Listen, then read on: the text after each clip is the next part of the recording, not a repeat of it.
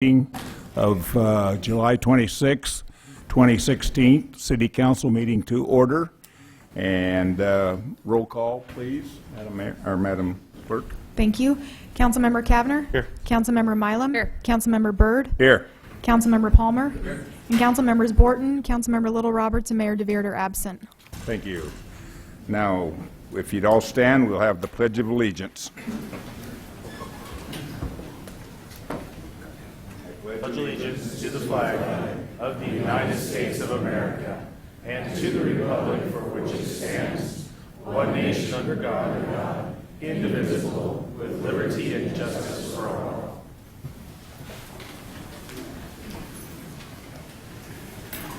Next, we'll have community invocation by Pastor Troy Drake of Calvary Chapel. Thank you, Troy. Council members, pray. Lord God in heaven, we just want to acknowledge tonight that you are God over heaven and earth and all things that happen. And we just, Lord, ask that you would bless this country of ours. Thank you for the freedoms that we have in the United States and also in this city, this community that we live in. And so, God, because of that, we just ask that you would bless the citizens tonight to keep them safe. Lord, so we also ask that you would protect those who protect us, the law enforcement officers, the firefighters and paramedics, God, as they go about their duties to serve us. And lastly, Lord, we just pray for our city council meeting here tonight, that you would help these folks carry out their duties, these elected officials that serve our city, and that you give them great wisdom and lots of grace as they attend to matters of the city, both small and great. So be with them, and we appreciate you, and just acknowledge that you are our God, and it's in Jesus' name we pray. Amen. Amen. Thank you. Thank you, Troy. Council, next item is the adoption of the agenda. Mr. President, Mr. Luke. 5D, the proposed resolution is 161152. Number 9 under ordinances, proposed ordinance is 161701. And with that, as we adopt the agenda with the president to sign and the clerk to attest. Second. You've heard motion to adopt the agenda as amended. All in favor, say aye. Aye. Any opposed? Oh, pass. Item 5 is consent agenda. Mr. President, again, with 5D being the proposed resolution of 161152, I move we approve the consent agenda. Okay, we got a motion to approve the consent agenda. Madam Clerk, would you call roll call, please? Thank you. Councilmember Kavner. Aye. Councilmember Milam. Aye. Councilmember Palmer. Aye. Councilmember Byrd. Aye. Okay, item 6, Valley Ride Transit Lifestyle Service.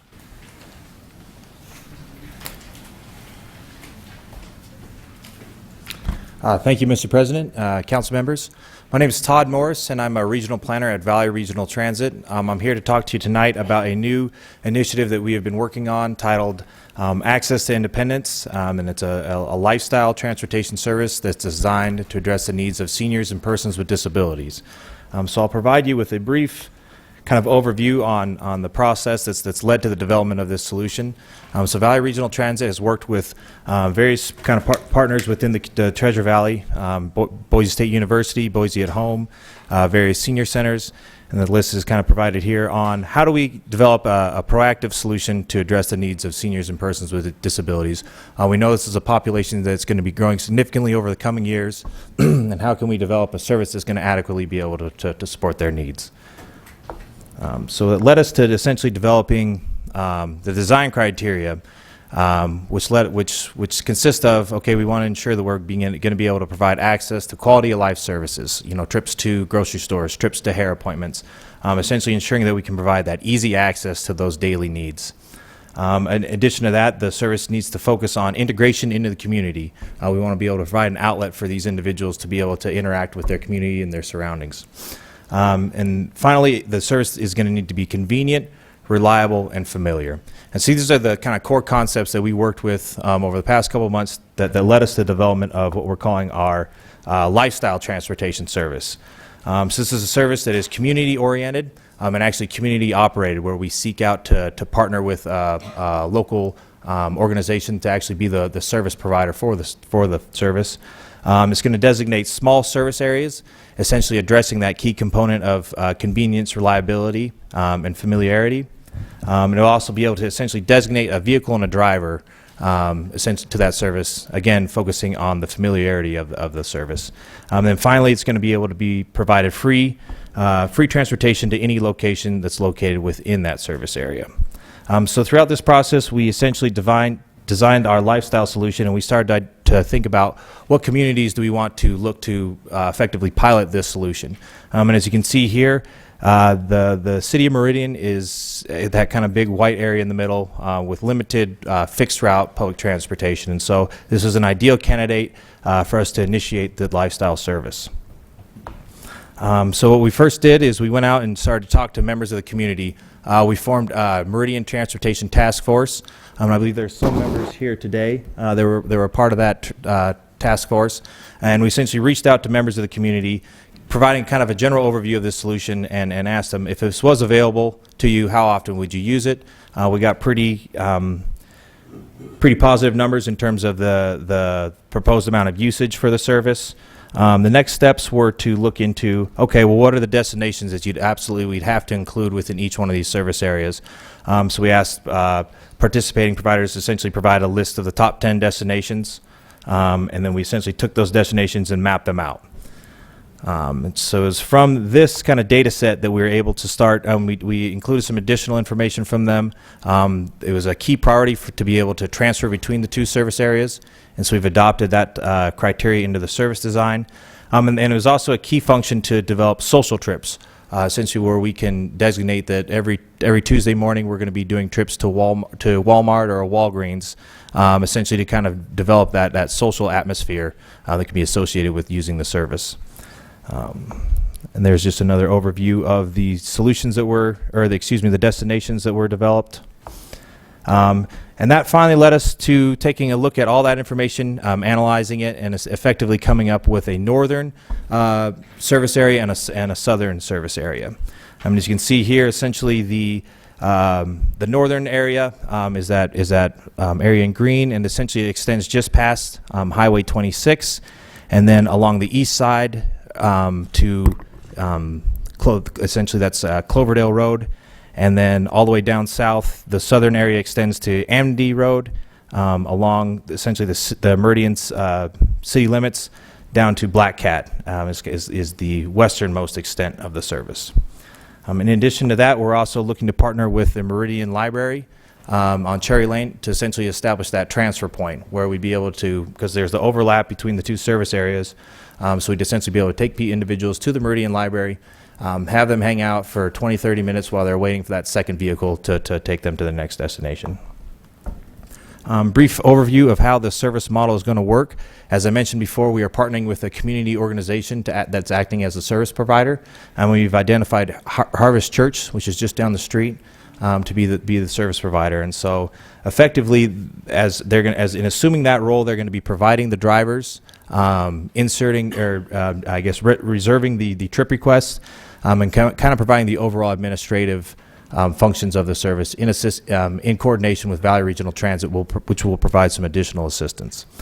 So here's kind of an overview of the service model, where individuals needing a ride will actually contact Harvest Church.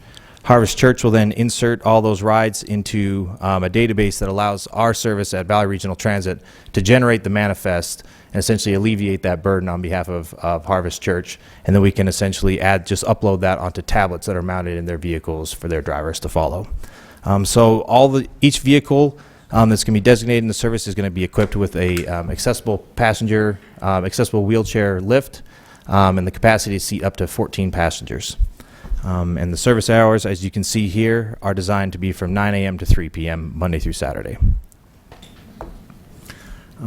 So I guess this kind of jumps into the next agenda item, effectively in looking at the addendum. We're looking to utilize funds that have been dedicated to Valley Regional Transit and essentially engage them and activate them in order to support the implementation of this service. As you can see here, that'll consist of the procurement of 2 accessible vehicles, the marketing and administrative support, as it's going to be a fundamental to the success of this program, is to ensure that we've built up a sound, following and a robust education of the community members on the services that's now going to be available. And then driver training costs to kind of bring Harvest Church up to being a high-quality service provider, and then just general startups costs that are associated with that process for Harvest Church. This is an overview looking at the operational costs of the program moving in. The program is set to begin in October. And because it's going to be a new kind of piloted program, Valley Regional Transit is allowed to match the funds at essentially an 80-20 match with our federal support.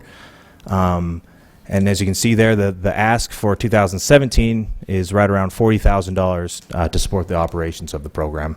And that number jumps up to 96 moving to 2018 as that match will move to a 50-50 match. But is the intention of the program to continually be advocating for the service and identifying new financial partners to be able to make up the additional support needed to support the program's operations. And just a brief overview of the schedule moving forward. This presentation was presented to the Meridian Transportation Commission. They recommended approval to City Council last week. And we're going to be orienting Harvest Church and kind of kicking off some of those startup training initiatives. And then moving forward, the biggest hang-up that's causing us to push back to an October start date is we'll need to purchase 2 new vehicles, and the procurement process for that to take place is going to take about 4 to 6 weeks from the time that we can actually activate the funds. So again, looking at a pilot launch on October 24th. And I guess I will stand for questions. Any questions, council? Mr. President, Mr. Cavanagh. a couple questions. Todd, thanks for being here. I think this is, I think I've been working trying to find a safe and reliable transportation mechanism for our seniors and our most needed population for about 8 years. So I'm interested in this. My question is on the community partner element. Yes. What happens, again, I think this is new for the community partner, if this is something more than they're able to handle, they have to go in another direction.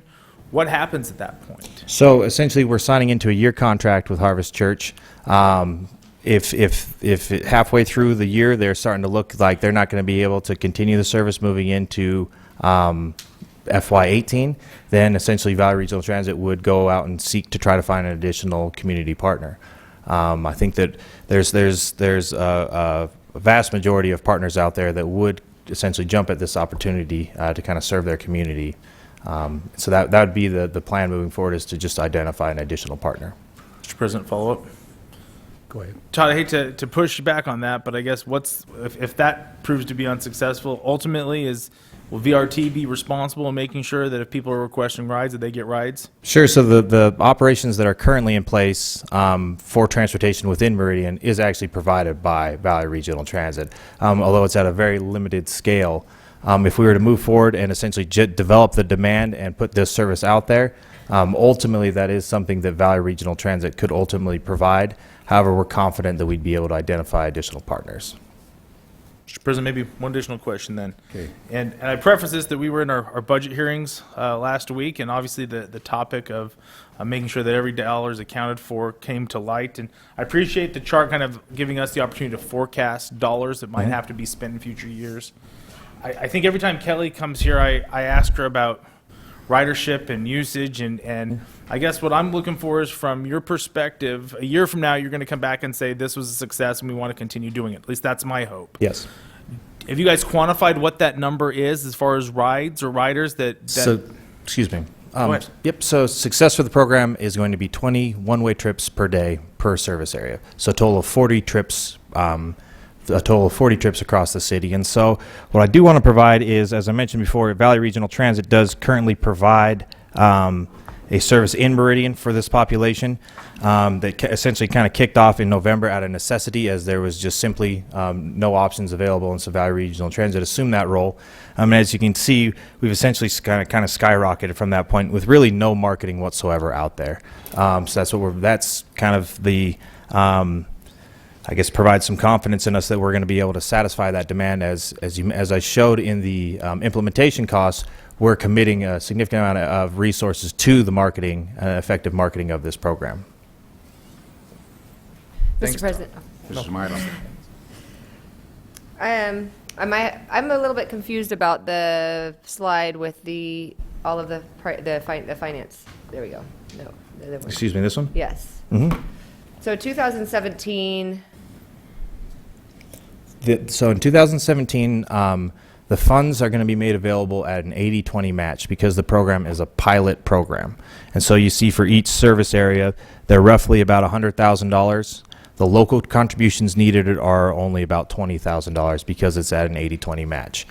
Moving forward, that 80-20 match turns into a 50-50 match. And that's, excuse me. All right, I didn't mean to interrupt you.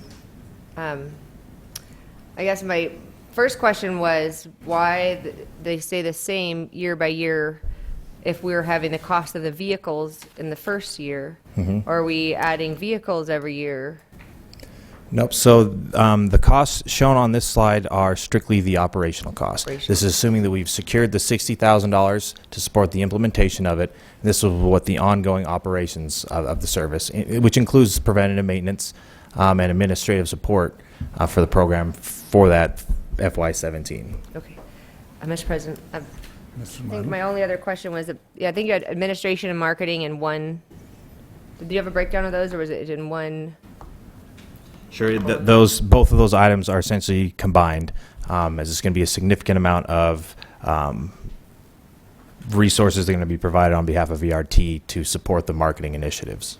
Right. Do you have a breakdown of how much it would be to marketing and how much would be to administrative support? Or I do not at this time. I know that we wanted to factor in some additional support for administration, but we have marketing costs that are going to make up approximately $20,000 of that. Okay. That gives me a good idea. Thank you. Any other questions? Okay, thank you, Todd, very much. Council, we do need to enact on item B. So, Mr. President, Yes. right here. Oh, okay. Just to be clear, so the second item on the agenda after the presentation is essentially what you see on this slide. It is an addendum to the current agreement that the city has with Valley Regional Transit. And here's a breakdown of what that $60,000 that's already in this budget for what was the Saturday Fun Bus to be reallocated, repurposed to get the startup costs for the 17, potentially 18, and potentially 19 off the ground and running. So this slide, I think, does a really good job of your next action item if you so choose to support the service, where those funds would go. Thank you very much, Caleb. All right. Any more discussion or anything? Mr. President, seeing no other discussion, I'd move that we approve addendum number 1 to the FY16 cooperative agreement between VRT and the City of Meridian for this lifestyle service. Second. Okay, we got a motion second to approve the addendum number 1 to the FY16 cooperative agreement. Any discussion? Hearing none. Mr. President. Mr. Palmer.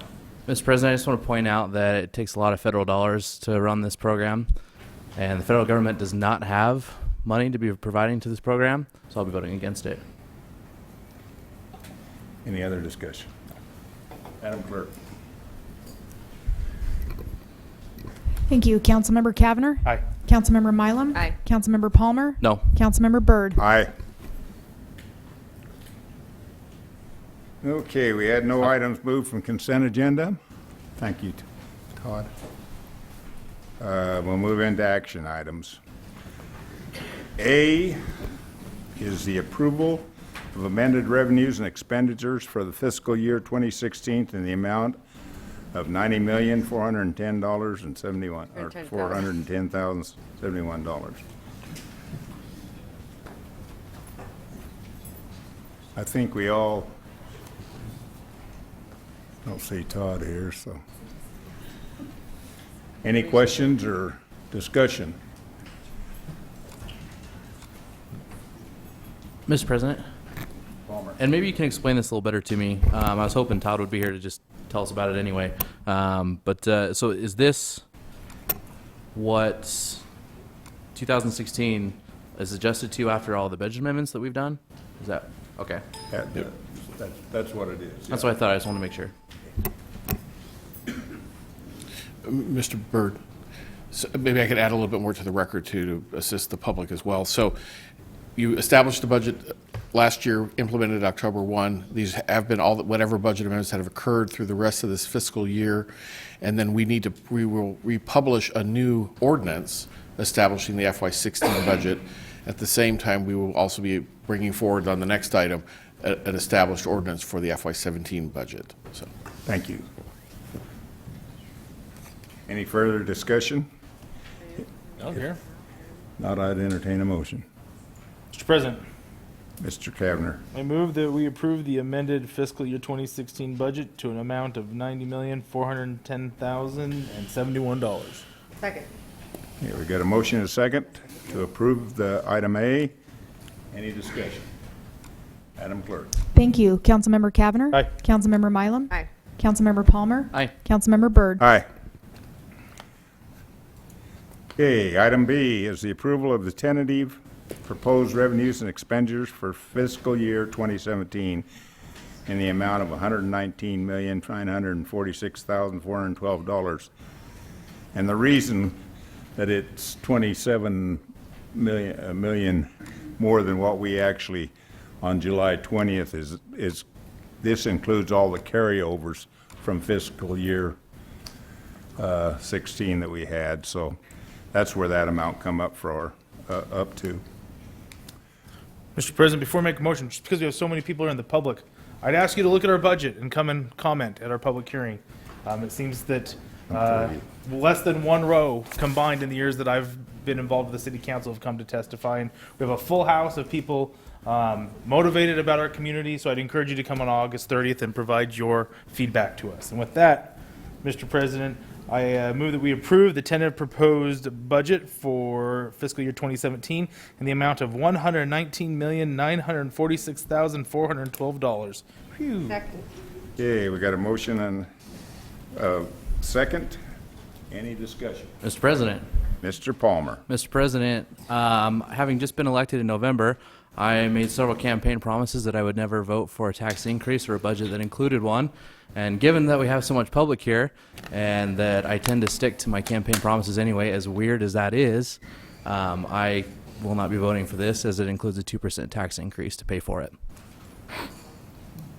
Mr. President, just to guess in light of sharing commentary, this is the published budget. It's not our final budget. And when our community comes and shares their feedback, that number can go down. So we hope that they do that. And Mr. President, Palmer. I feel that it's an inappropriate budget to put forth to the public, that we should have been more responsible in the first place and brought them a balanced one without a tax increase. Should have voted no on stuff. Any other discussion? No. Madam Clerk. Councilmember Cavanagh. Aye. Councilmember Mylum. Aye. Councilmember Palmer. Councilmember Byrd. Aye. Okay, next item is 8C, a public hearing for Gibson Amity Property H2016-0036 by CLG Incorporated. Staff, I will open up the public hearing, and staff, Josh. Very good. Good evening, President, Council. This, as you said, is an application for annexation and zoning for the Gibson Amity property. As you see here on the map, the site consists of 5.864 acres of land, which is currently zoned RUT in Ada County. It's located at 357 East Amity Road. To the north is East Amity Road and property zoned RUT in Ada County. It's the Simplot storage facility here. To the east is vacant property zoned RUT in Ada County.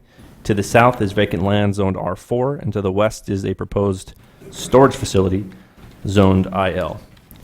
A little history on this: the gravel mining operations were approved through Ada County. The comprehensive plan of future land use map designation for this specific property is mixed-use non-residential. The applicant requests annexation and zoning of the 5.864 acres of land with an IL zoning district, which is consistent with the mixed-use non-residential land use designation.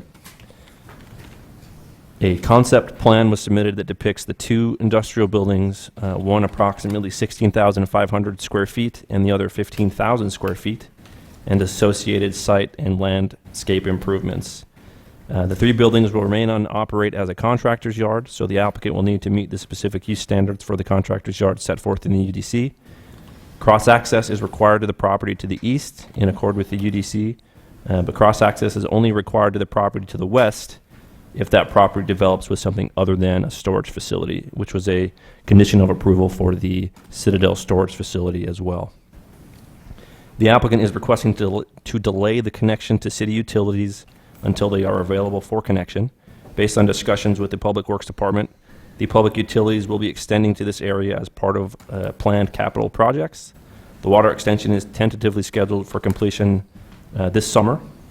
Design work is underway for the sanitary sewer, and construction will be completed by approximately December of 2017. Utility connections to the site are contingent on these extension plans. The development agreement will restrict the site from being developed until the services are available, unless the council allows the applicant to move forward with a contractor's yard prior to the completion of the utility extension. Staff recommends a minimum 20-foot wide driveway with a minimum 5-foot wide pathway / sidewalk is approved from the proposed site to the property to the east. This will enhance interconnectivity between the site and the future development of the adjacent property. A 25-foot landscape buffer is required along East Amity Road. The city's pathway master plan indicates a multi-use pathway crossing the subject property within the pipeline easement.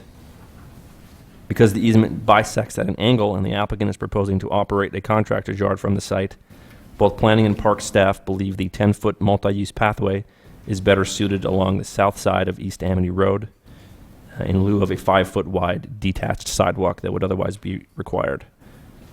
Therefore, staff recommends that a 10-foot wide multi-use pathway be constructed on the East Amity frontage and a pedestrian pathway easement be provided as well. The pathway should be detached from the curb and have landscaping between the curb and the pathway.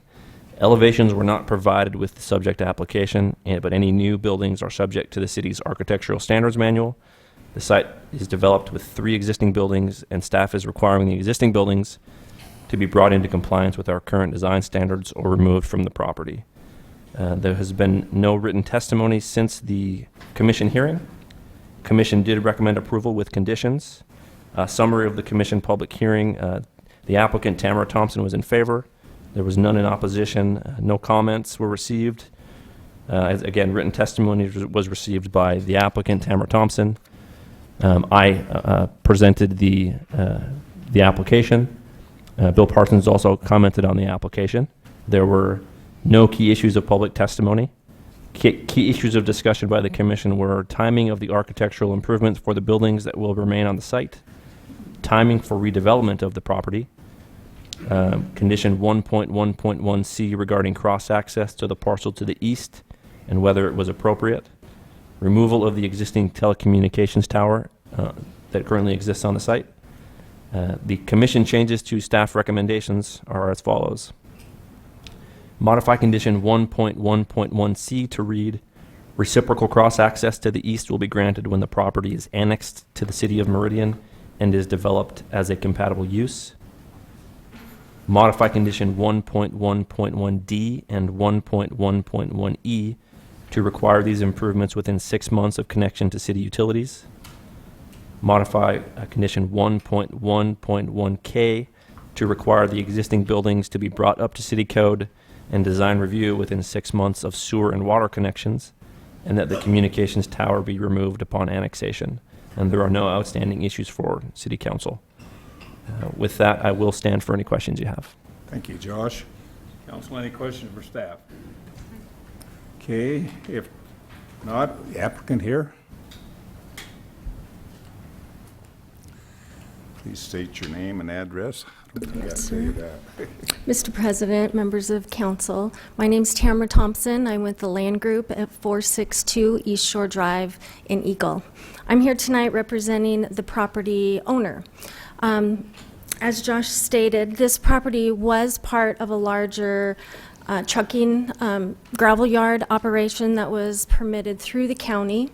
Since that time, the property has reconfigured its property boundaries. It did a boundary line adjustment to reconfigure some of those, and that conditional use stayed with the gravel mining operation that is to the east. So this property is sitting there vacant currently, and because utilities are coming, they would like to bring it into the city and not process another conditional use permit with the county. So in stating that, we've read the staff report and are agreeable to the conditions with the exception of timing.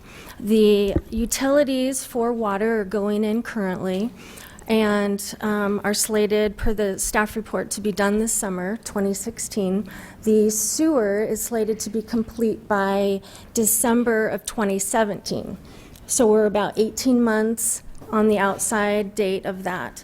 So the intent is that we would be able to get immediate use and occupancy, and that the timing that the Planning and Zoning Commission came up with within 6 months of being able to connect to utilities, that the buildings would either be removed or brought up to the architectural standards for the city of Meridian. And let's see, I can go through each one of those if you want. And then the other one is the 1.1.1C, the reciprocal cross-access to the east, that currently it is a trucking operation, a gravel mining trucking operation. And to give that cross-access now, they could just come and say, we want to start using your access, and we don't feel that that's appropriate.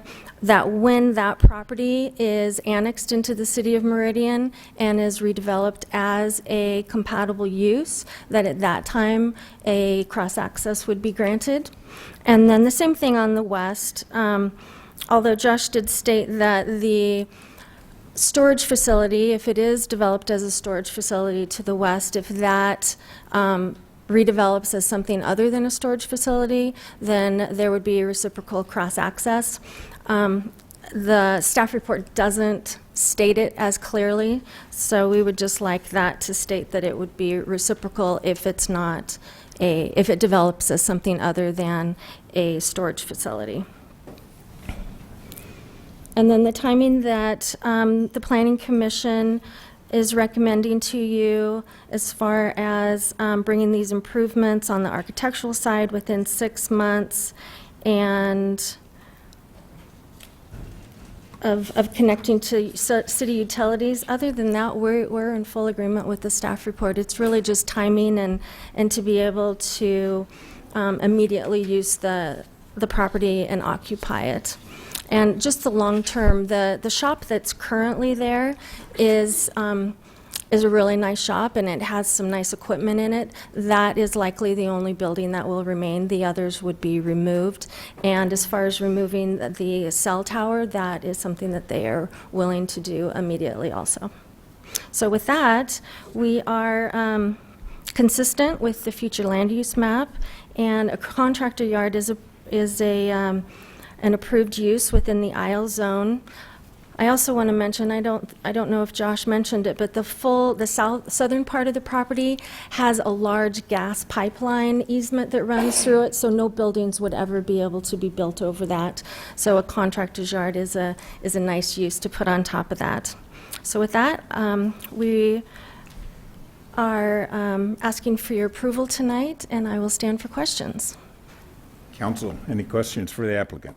Mr. President, Mr. Kavner. Tamara, can you maybe review for us conditions 1D, 111D, number 2, specifically related to connection to the city and the removal of the updating of the exterior structures? I just want to make sure that I had heard you correctly on that. Mr. President, Councilman Kavner, so your question is 1.1.1 D is in dog? D is in dog and E is in echo, I think, is Okay. with the improvements and specifically related to the removal or updating of the improvements on the property in conjunction with the connection to the city. Yes, so the utilities are going in, and currently the water service is going in along Amity.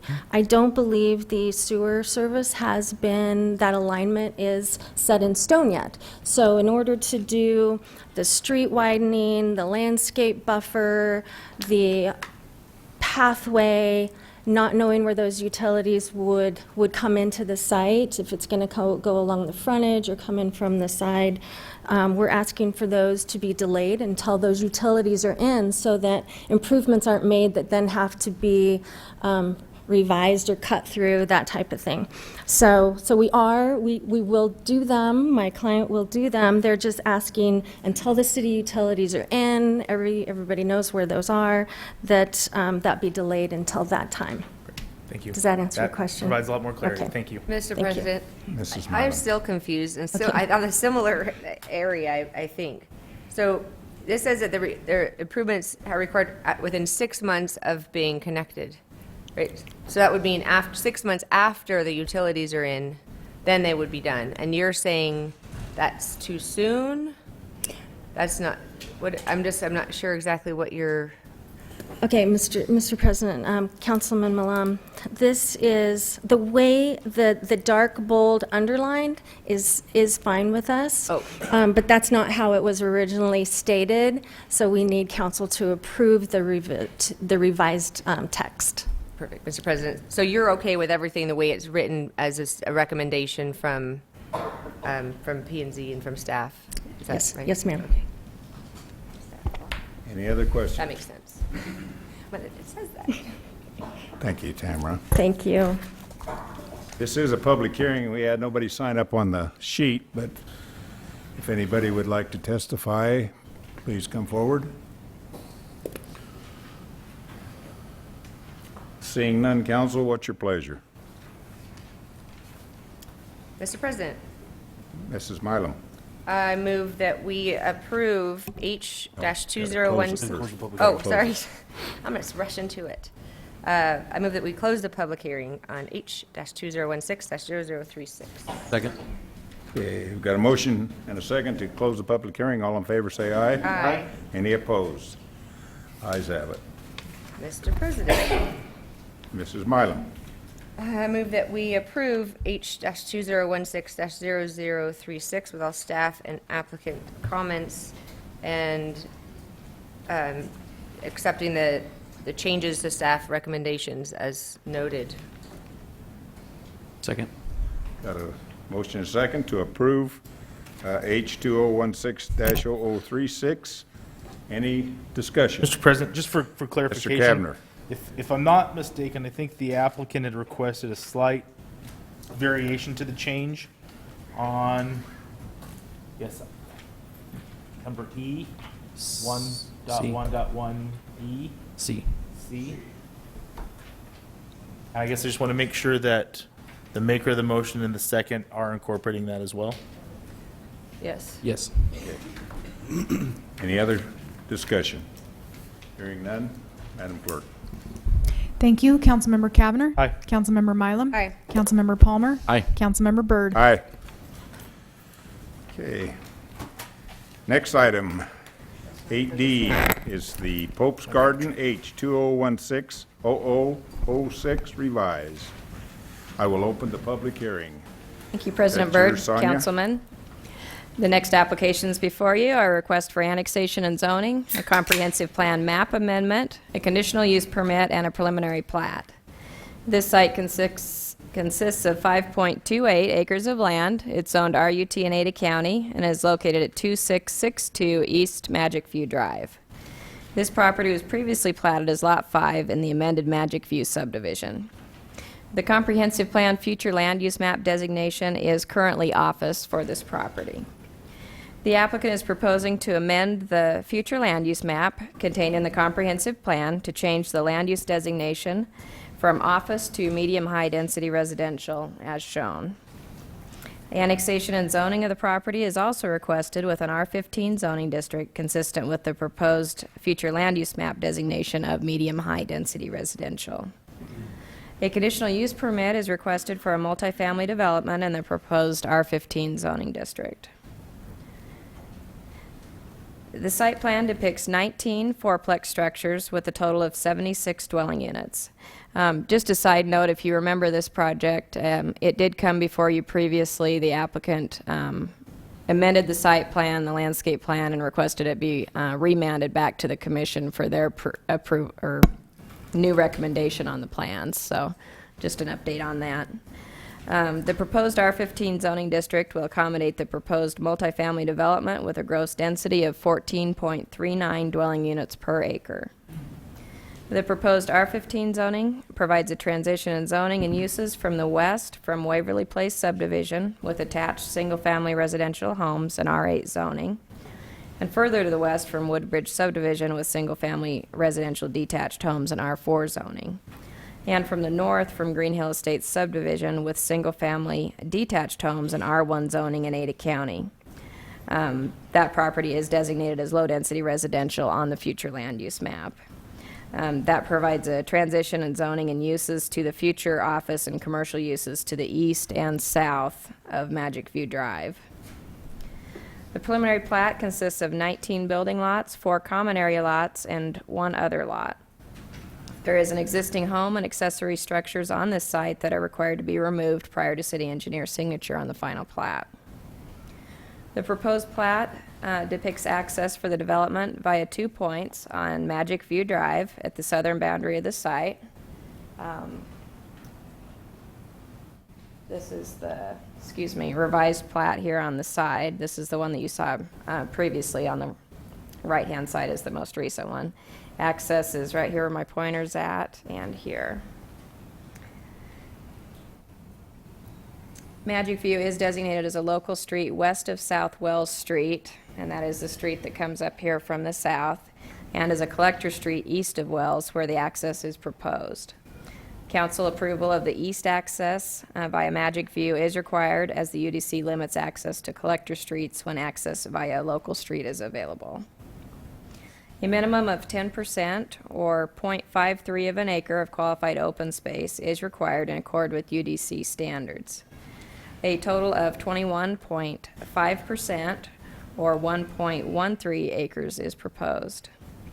A minimum of 5 qualified site amenities are required with this development. The applicant is proposing a tot lot with children's play equipment, a hardscaped plaza area with seating, 3 50-foot by 100-foot open grassy areas, and a fitness facility as amenities in accord with UDC standards. The unopened right-of-way at the northwest boundary of this site, where Hickory Way was previously required to be extended south from Autumn Way, is now required to be improved by the developer with a minimum 20-foot wide pedestrian, bicycle, and emergency access. And that was this section right here that was dedicated for right-of-way in Green Hill Estates. One concept building elevation was submitted as shown for the proposed fourplex structures on the site in 4 different color schemes. Building materials consist of horizontal and vertical lap siding with stone veneer accents and architectural shingles. These elevations are conceptual only and not approved with this application. Compliance with the design standards contained in the Architectural Standards Manual is required, which require more variety between structures. The commission made a recommendation of denial at their hearing. Kevin Amar and Kent Brown testified in favor. There were several that testified in opposition as follows: John Overton, Jim Voorhees, Mary Rockroar, Kelly Barber, Ian Sodine, John Steffen, Dale Sharp, Ron Peterson, Katie Smith, Lori Somazi, Catherine Jones, Ronald Vance, Celeste Fox, David Ballard, Andrea Stoffel, Kelly Kutlinski, Kevin Ely, Brent Belliston, Roger Tebow, Gloria Nanny, Larry Andrews, and Jean Fox. Written testimony, a petition from the neighbors was received. It is in the public record. You should have a copy of that. and also a letter from Walter Polly. The key issues of the public testimony were an objection to the change to the future land use map from office to medium-high density residential, not enough transition from the R1 neighborhood to the north to the proposed multifamily development, increased traffic generated by multifamily development and impact to adjacent residential areas, and concern regarding management of the apartments if the structures are on separate lots under different ownership. The key issues of discussion by the Commission were the appropriateness of a multifamily development in this area versus office as currently designated, traffic impacts on adjacent developments and streets generated by development of this property, and maintenance of the back side of the berm along the north boundary of the site. The Commission voted to deny the subject applications based on maintaining the integrity of the current plan and addressing traffic issues in this area before any zoning changes happen. One of the outstanding issues before Council tonight is the Commission requested the Mayor and City Council send a letter to Ada County Highway District requesting an analysis of the land use and traffic patterns in this area to address existing and future traffic pattern concerns. This request was discussed with the Transportation Commission, and they have also agreed that an analysis for long-term land use, access, and connectivity needs to be done of this area. Written testimony has been received since the Commission hearing as follows. Jane and Samuel Snyder. They request denial based on impact of the proposed development on the existing traffic problems in this area. Requests ACHD provides a traffic solution before more development occurs. A petition from Woodbridge Homeowners Association with 227 signatures. They request denial based on the impact of traffic on nearby subdivisions, school class size, and student-teacher ratio. Utilization of existing nearby subdivision amenities without support by this development, and preference of office uses per the current plan. A petition was also received from the homeowners in Green Hill Estates subdivision to the north with 42 signatures. They state that the proposed plan does not provide enough transition from the R1 neighborhood from the north to the proposed R15 development, increased traffic, effect on established neighborhoods and infrastructure, and preference of office uses per the current plan. Staff will stand for any questions. Any questions for staff at this time? Mr. President, Mr. Kavner. Sonia, can you just maybe briefly summarize for us what changed before the initial proposed application versus what we're seeing today? Yes, President Byrd, Councilman. If you look on this plan here on the left, the previous preliminary plat, it did show right-of-way for the extension of Hickory down to Magic View. That has since not been required by Ada County Highway District, so the applicant has removed the right-of-way, put in a pedestrian and emergency access here at the northwest corner of the site, and they have removed the multifamily units that were proposed along the north boundary and just put that in common area with a fitness facility, kind of clubhouse affair right here on the north boundary. And then they have made more of a linear open space here. Those are the major changes. Thank you. Any other questions for staff at this time? If not, thank you, Sonia. Applicant?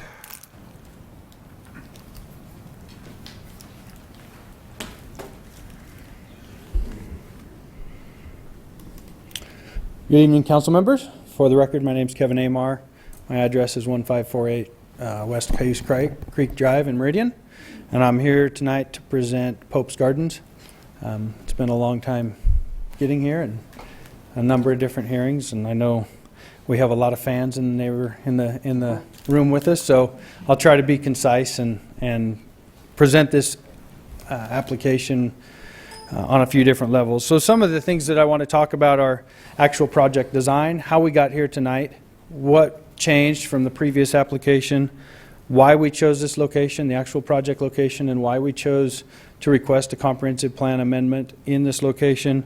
Obviously, traffic is a concern, and we want to address that compared to other potential uses for this property, as well as look at the comprehensive plan and why we feel it's appropriate to request a change in the comprehensive plan in this area. So I'll start with the project design. The project as it sits has a proposed 76, sorry, can't do math here real quick, 76 units. This project has fewer units than the previously proposed project. We did reduce the units in addition to the other changes that Sonia made. We had a number of neighborhood meetings with people, also private discussions with neighbors, trying to identify how do we be as compatible as possible.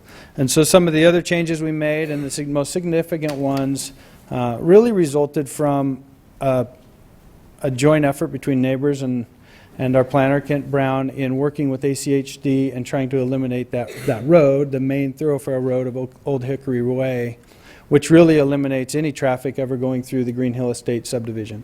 There still will be an emergency access and pathway, but it is for pedestrian access as well as emergency access only. It will not be used for day-to-day traffic, so no traffic will go from this site into Green Hill Estates. The other major change that we were able to do is increase our open space significantly. Required is 10%. We're well over double that on open space, and we were able to not only increase the open space but also spread those buildings out so the overall project inside wasn't as dense. We were able to increase the open space and eliminate any living units along the northern boundary, along Green Hill Estates. I'll address the leasing facility and the clubhouse shortly. And then we also were able to increase significantly the open space interior to the project. So there's a great amount of usable open space within this project. On all matters, this project exceeds the minimum standards for multifamily development in the city of Meridian. So that brings me to project location and actual project type. Why did we choose this location? Knowing that it's going to be controversial and we're going to have neighbors. So as we look at this site and we look at why we want this location, we look at a number of items. Traffic is a big deal. Knowing that how do we get to and from this site, we look at employee influx into this area. What is the nighttime population versus the daytime population? That's important for us because if people are driving to that area, we feel like we can capture those people and keep them in that area. Thus, we already have a built-in base, as well as we have fewer vehicle trips per day overall on the roadways because people are already traveling to that area. And then we look at overall employers. We've got a significant number of major employers in this area. We have St. Luke's, we have Sensi, we have the business parks on the south side of the freeway. There really is a number of very large employers in this area, and this is the core business district. This is an area that's going to continue to grow, that is adjacent to Eagle Interchange. It's far away from Eagle High School. It's near Eagle Interchange as well as Eagle Road, both areas that move people to and from the valley and throughout the area. It's also within walking distance to a bus stop. And so for those reasons, we looked at this site and determined for us, for this project, it would be a good location for multifamily. It's similar to other projects we've done in that it has it's close to employers like other projects, and they've been very successful and done well. So the traffic. So let's talk about traffic. Traffic for this site, and we initiated a traffic study. This project doesn't require a traffic study because the size is not large enough to have a requirement from ACHD to have a traffic study. We knew traffic was going to be an issue, so we initiated our own traffic study. Traffic for multifamily is less intense than traffic from other uses that would be in this area. Office is a higher intense use, medical office is a higher intense use, retail is a higher intense use. So we feel like, and based on the traffic study also, the traffic with this project will be less intense than other things that the neighbors are advocating. We know that to be true based on not only the traffic study, but also fees that ACHD charge for offices versus multifamily. Fees for offices are much higher for impact fees than they are for multifamily simply because they generate more traffic. And we have some slides that we can show that. And I'll go through a PowerPoint presentation in a moment. Comprehensive plan. This area is designated as LO on the plan. This area has been designated as LO on the plan for many, many, many years. At the time that this area was designated as LO, you could build multifamily in an LO zone with a conditional use permit. Any multifamily project requires a conditional use permit in the city of Meridian. So, although the neighbors want to stick with the plan as it sits, when this plan was proposed, it allowed a multifamily component to it. Knowing that in a core business district, in an area that the city expects and wants more intense growth and more employment, they also want a place for people to live. They don't want people to have to drive to this area constantly. And based on that, this area, this LO comprehensive plan, prior to an amendment a few years ago, allowed for multifamily. Now, there's been an amendment to the comprehensive plan. It's no longer, there's now an actual multifamily zone that was lacking before. The integrity of the current plan is a great one. This provides the transition that we need. And I want to read, some of the comments from the staff report that talk about why this is a location that is appropriate for multifamily. And this is quoted from the staff report. Because of its location in close proximity to St. Luke's Medical Center and hospitals, nearby shopping centers, the Village and Crossroads at Eagle and Fairview, and major transportation corridors, this property is ideal for providing higher density housing options.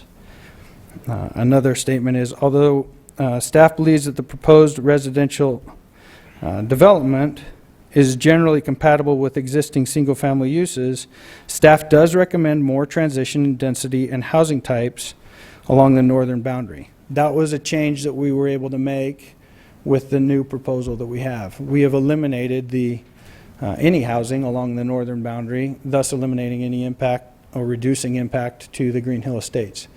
We did include a fitness facility and leasing office along the northern boundary. That is a single-story fitness facility and leasing office, and it won't have living. It's not going to be as great of an impact as a living unit along that northern boundary. What we were also able to do along the northern boundary is include a berm and then put a fence on top of that berm. So overall, there'll be, with the berm and the fence, approximately 9 feet of buffer, in addition to additional trees and other things that will be required to plant with the landscape plan. We will, and tried with the landscape plan even, to locate our trees and the landscaping in such a fashion that they are compatible with the existing trees that are out there. So as everything grows up, there will be more of a buffer between the two sites. So, Sonia, if we can go to the PowerPoint. Will I be able to control it tonight, do I think? I think so. Okay. I don't know if I know what I'm doing, but so we've talked about the comprehensive plan. One thing I want to find here, and I talked to you about employers. I don't know how to control it. Can we talk about, can you go to the overall site plan? Page 7. That one. So what we know, based on some demographics that we were able to get, is nighttime population, people that live in this area during the evening. There's about 5,200 people within one mile of this area. In the daytime, total daytime population of this area is 21,000 people. So we know that there are 16,000 people that travel to a 1 mile area of this location. We know that there's an influx of traffic into this area. What we're trying to do is capture some of those people, a few number of those people. We only have 76 units, and keep them in that area, knowing that they will stay there. We'll have nurses and staff from the hospital. We'll have people that work at potentially Cincy. We'll have lots of those people that they don't want to travel. We're building another project. It's in Boise. It's across the freeway from St. Alphonsus. It is still under construction, and we're getting applications and information and requests from those people that work at St. Alphonsus. We know that people don't want to travel too far from their home. In addition to St. Luke's, we have one of my favorite stores, the Harley store. There's Silverstone, there's El Dorado, there's all these employment areas that are around there that there really isn't any apartments at all in this area. And so we feel in the comprehensive plan that change is appropriate. We feel that the change in the layout that we have with the additional buffering, that change is appropriate. With the development of this project, we will improve both Wells Street as well as Magic View, increasing the drivability of the area. So we appreciate your time. We request approval, and we request that this plan be given consideration, as it is a thoughtful plan. We've worked with staff, we've changed it with staff, we've changed it with neighbors, we've changed it with ACHD. We know everybody doesn't like it, but we also know that this fits within the city's comprehensive plan, and it fits within the city's growth pattern and what they're looking for. And I would stand for any questions. Council, any questions for Mr. Amar? Mr. President. Mr. Luke? Kevin, talk to me a little bit about the ownership model. Is this a property in which your company is going to retain ownership and handle the management? Is this a facility where many different owners are going to own many different units? And I think we've seen in certain cases some of those are managed really well, and others I think people would wish they would have a do-over. So I'm curious if you could articulate, I think staff referenced that a little bit in their opening remarks, and maybe you could articulate a little bit more on that for us. Yes, sir, Mr. President, Councilman Kavanagh. We have done it a number of different ways as far as who owns it in the end. But in the beginning, it's all set up the same. So whether there are 16 different lots that different people could own all those, a different person can own all of them, or if there's one ownership group, it still is required, because we set up into CC&Rs, it is still required that there is one management company. I do not own the management company. We've gone out and hired a management company that specializes in multifamily management. So all of the people who own it, again, whether it's a single ownership group or multiple owners, all play under the same rules. They all have the same rentals rates. They all have the same requirements for pets or for outdoor storage, or some of the things that we saw and that we were frustrated by as the economy started turning around and as we were building more and more of these, is some of the projects, you're right, they were managed really poorly. And we had multiple management groups, and it seemed like the management groups would fight within themselves.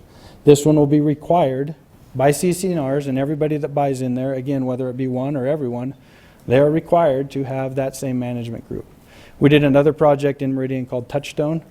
I think it was 14 lots with the anticipation that it was going to be multiple owners. It was one ownership group that came in and bought all of it. Regardless of that, it still is required to be managed by one property management company, and it's been very successful. It's worked out wonderfully. Thank you.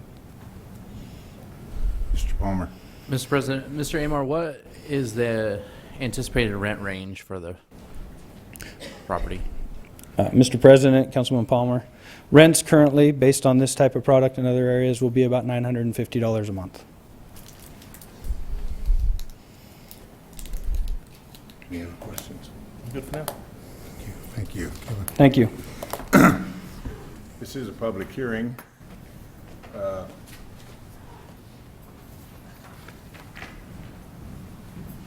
think we've got a few sign-ups.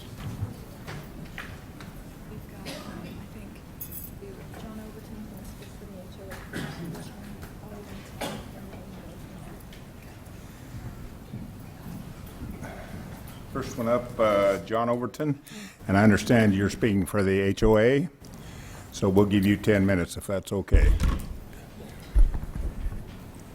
President Byrd, council members, city staff, John Overton, 1922 East Bowstring and Meridian. Lives in Woodbridge, representing the HOA tonight. Not, of course, speaking for every member of the subdivision, but trying my best. We have a litany of issues with this development, not the least of which is what we consider to be the complete misuse of the word transition. We have an R15 being put in next to an R8, being told that's a good transition, even though it's next to R1 and R4. we have the belief and understanding that if this R15 is approved and this comprehensive land map is amended, every other one of these 5-acre lots is going to turn around immediately, because we know what the hot seller in the market is for either R15 or new R40 high-density residential applications. This has been touted, this area has been touted by the mayor in State of the City speeches as part of the medical corridor for this city. Just 2 months ago, we opened a brand new medical building on the corner of Magic View and Allen Street. It's doing what it's supposed to do under the plan that this council and previous councils have approved. Now we got to talk about traffic, because one of the scariest things about where we're at is traffic. Because we have a square mile of Meridian with one road going through it. And that one road, as we sit, runs through Woodbridge. Now, I don't know if Justin Lucas is here from ACHD, and I'll call him out if he is. But I did confirm with Justin that every road in Woodbridge, and this is important, every road in Woodbridge is still a residential local street. Magic View Lane, west of Wells, is still a local street. Magic View from Wells to Eagle Road is a collector. And that's important when we're talking about where we want to put medium and high density residential houses. We don't want to, and I don't believe your intent has ever been to approve a development that's going to push that much more traffic back into a residential neighborhood. So let's talk about a road. Some of you have heard of it. It's called Eagle. It has some of the highest traffic counts in the state. Coming off the interstate is some of the highest traffic counts, and they come right to a stop at St. Luke's Lane. Now, we already have a difference, an issue, something that makes it a little slower to respond to things, because you're dealing with ITD and ACHD on any issues with traffic and trying to do roadway engineering. At the same time, we have the intersection that is one of the most reset signals in the city of Meridian due to emergency vehicles and ambulances coming to and going out of the hospital. Every time that happens, St. Luke's Lane just backs up farther. It is not uncommon, as it sits today, to see traffic back up down St. Luke's Lane and back onto Allen Street. And that's where we're at right now. So those people choose sometimes to go through Woodbridge, quite often. And when you drive into Woodbridge, you come to a stop sign at Woodhaven. You go left, you go right. Sometimes it's a race, because it's just about the same distance either way you go until you get to the bridge back on the other side and get onto Woodbridge Drive. Now, when Woodbridge was first built, and I bought there 14 years ago, the initial plan looks different than it is today. We had a pod style on the first phase with a road going straight through it, which was Woodbridge Drive. As the second phase was developed, it was changed. And Councilman Byrd and even the city attorney may recall why it was changed. All I recall was the term traffic calming was used, because we didn't want to have Woodbridge turn into the newest expressway going through the city. But in doing that, it pushed the traffic through and in front of all the houses to slow that traffic down, permanently making those local streets. When this plan was first developed, and I know it's not here today, but I have to bring it up, there was a road into Green Hills Estates. And that's relevant for me because I stand in this room as one of the people who grew up in Green Hills Estates. 36 years ago, I used to drive from Green Hills Estates to the corner of Wells and Magic View, back my truck up on the road that dead-ended to their driveway, and visit my best friend who lived on the corner. The roads have not changed in 36 years. All we've done is we've slapped up 3 stop signs, and we hope and we pray that people will abide by them. You're welcome to come there anytime and watch as people blow through that stop sign all day long. Is it a law enforcement problem? It's an engineering problem. It was never designed 36 years ago to become a 3-way stop, and it's never been changed because we've been developing these without an overall engineering solution. So let's bring it into traffic safety. I know you just heard the applicant talk about all the great things this is going to do. Unfortunately, I disagree with about 99% of what he just said. See, we got destinations versus traffic generators. These businesses, these medical core businesses, they're destinations. You make an appointment, you go to the doctor. Almost all these light office medical buildings are destinations. Those people come from all over the valley to come have an appointment. They drive home. What they're talking about putting in with medium density residential and the potential for more of these is traffic generators. They're driving to school, they're driving to work, they're driving to the store, they're driving to the Speedway, they're driving to the dog park, they're driving to City Hall, they're driving to Flying Pie, Wahoo's, Roaring Springs, maybe even the police department. Did I mention at every entity I just mentioned they got to drive through Woodbridge to get to? These are traffic generators. That's what this medium density residential development will do. The applicant talked about a 75-25 split of traffic at the P&Z hearing. But he stated that 75% of the traffic would be headed towards Eagle Road. We find that traffic finds the least traffic to fight with, and they stay away from Eagle Road. And while I believe his numbers, 75 and 25, are correct, I think he's got them backwards. I think we're going to see 75% of that residential traffic pushing back through Woodbridge. Because different times of the day, it is a bear. Even if you get to turn left out onto Eagle Road to go northbound, it's backed up. It's backed up at Franklin all the way back up through the signals. If you don't believe me, come visit. It's a very interesting place to park while you think you're driving. Now, Woodbridge Drive has issues when it comes to kids. We have a busload of kids. In fact, a full busload of kids that go to the elementary school every day when school's in. But Woodbridge Drive was not designed like a lot of subdivisions. It has one sidewalk on the north side. And the amenities, the pool and the park, are also on that north side. But half those kids have to constantly be crossing that to get to that sidewalk. There's a lot of foot traffic by a lot of little kids and a lot of parents and a lot of families to safely get around Woodbridge to get to the amenities we put inside. More traffic doesn't make that safer. Now, I know property rights are very important to everyone in this room. They're no less important to us. And I know it's been said that we've got to always look out for the property rights of the person who is selling this property.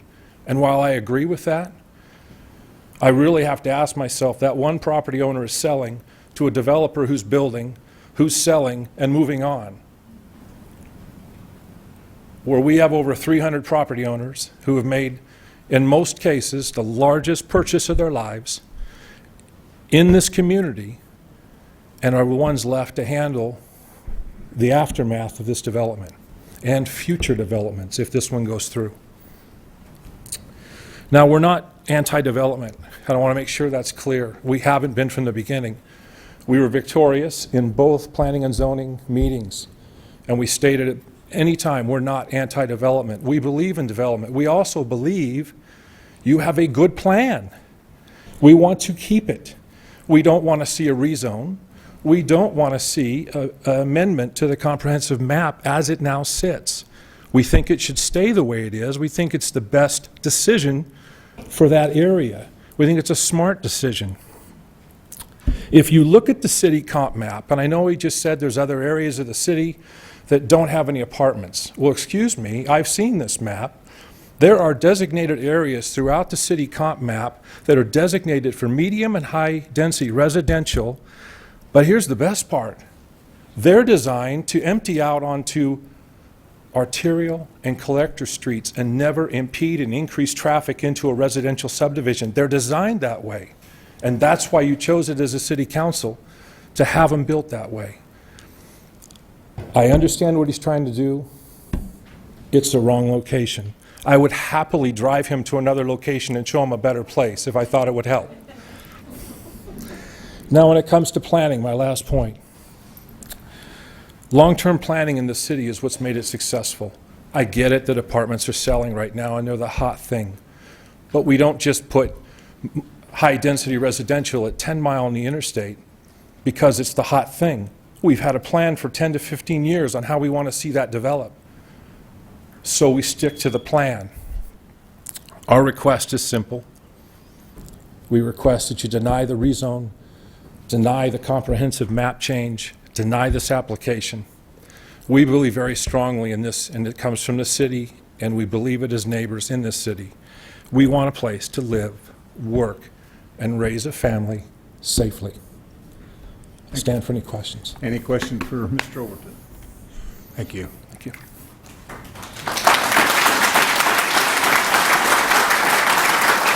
Madam President, Hey. We don't need that. Okay, John Steffen is against. Did he want to testify?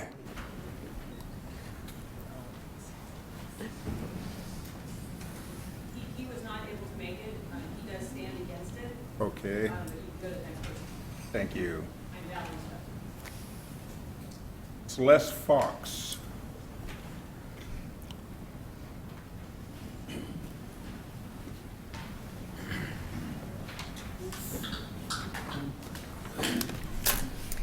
Come. I'm Celeste Fox, 582 South Woodhaven Avenue, Meridian. I live in Woodbridge. Can you hear me? Thank you.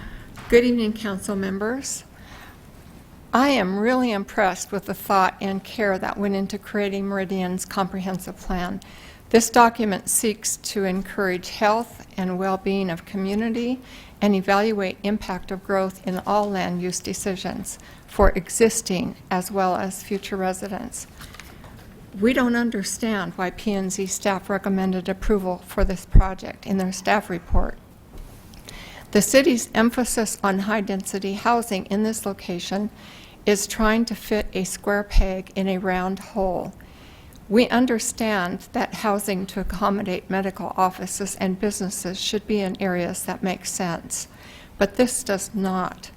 In the comprehensive plan, examples for apartments show direct road access, not one that requires driving through a single-family subdivision. And the Magic View Wells intersection has not been addressed at all. To add traffic from high-density apartments within 100 feet of this intersection would make this a nightmare forever. This is about trust. When I bought my house in 2003, we trusted that offices would be our neighbors. Offices defined as opportunities for low-impact business areas. P&Z's staff report does not consider Woodbridge or Green Hill estates. It's like we don't exist. We do exist. We need to be cared about. Woodbridge is a wonderful combination of varying size and price of homes that allows families to move up to larger homes or retirees to downsize without having to leave the community. We also have quite a few renters, both of smaller and larger homes. We consider Woodbridge a model for what Meridian is looking for. I'm asking you to please see us and see our unique setting and what the overall impact that rezoning would have to us. Thank you. Do you have any questions? Thank you. Oh, We did give Mr. Overton, the representative of the HOA, so if you don't have something new to bring up, we'll read your name. If you feel you have to testify, please come forward. But if you don't have something new, we'd appreciate it. Just okay. Betty Monkeith is against. Thank you. Catherine Jones.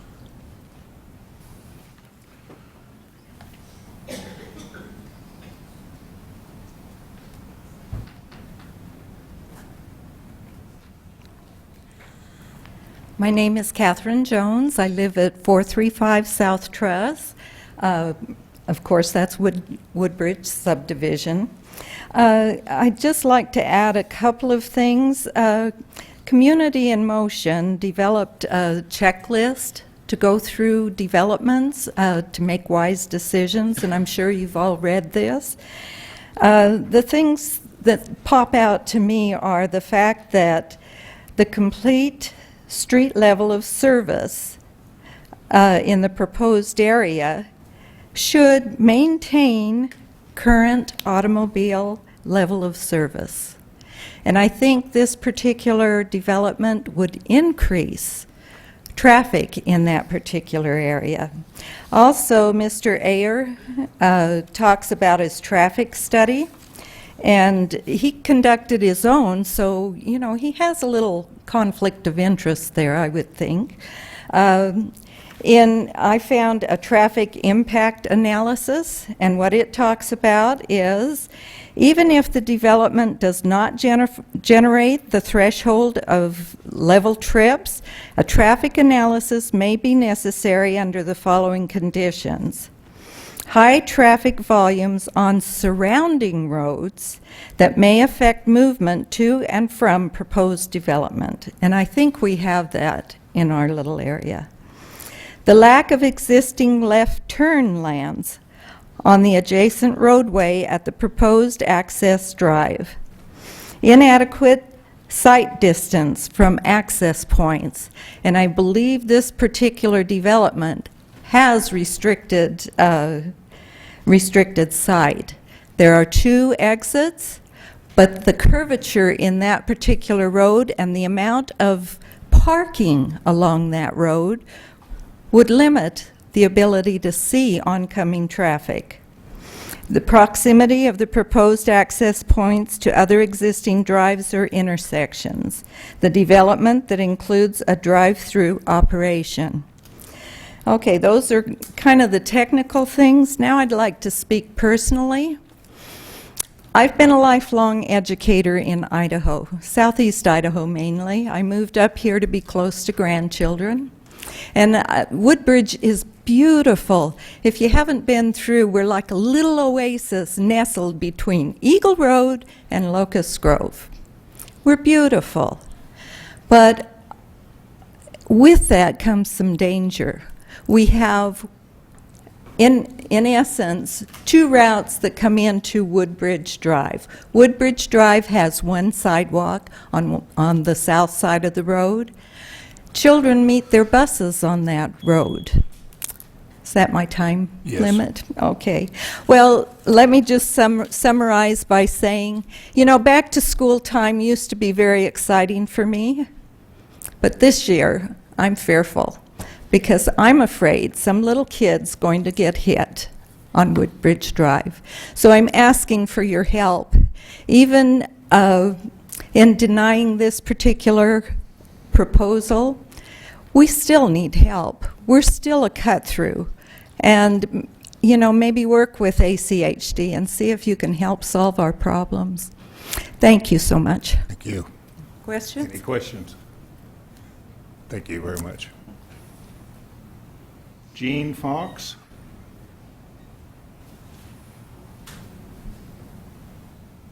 Marius? I'm here. Okay. What's left of me?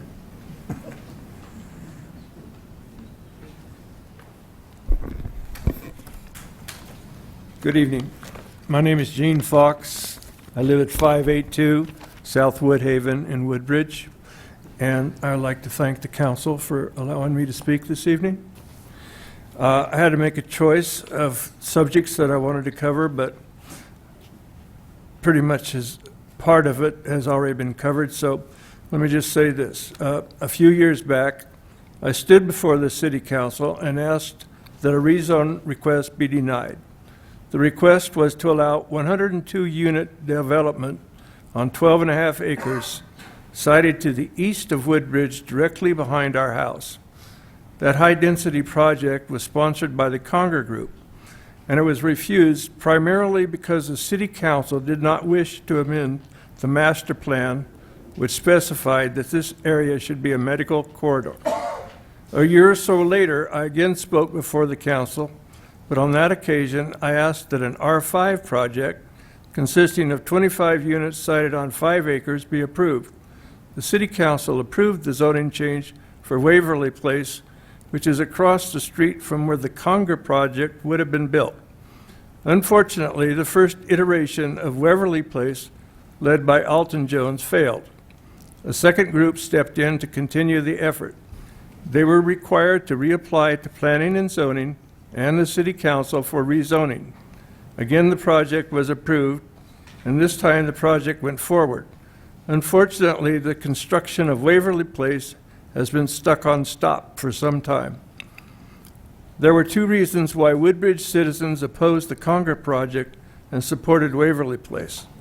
First, Waverly has a density of R5, which is roughly the same as that found in Woodbridge. The second reason was the fear that an ultra-high density project, such as that proposed by the Conger Group, would be built in our blocked-in area. And that is exactly what we face here tonight. The Pope's Garden plan calls for 76 apartments to be built on 5 acres. If we extrapolate that density to 12.5 acres, it will be apparent that it is more than half again as dense as the previously proposed Conger project that was rejected. If Pope's Garden was on an R5 level, I would probably appeal to you for its adoption. But this project is way out of bounds for the location. Following the last P&Z meeting, I had a brief discussion with Kevin, the developer, and it was very civil. I told him that he had a good project, but he was trying to build it in the wrong location. He replied that many neighbors were saying the same thing. I suggested that that should tell him something. His retort was, "We'll see." Now we are at the moment of truth where we shall see. The developer, Kevin, is fond of saying that people are afraid of change, and we are. We're desperately afraid of the negative impact that this development will bring to us. So I ask, please reject this appeal. Any questions for Mr. Fox? Thank you very much. Mario Moresi?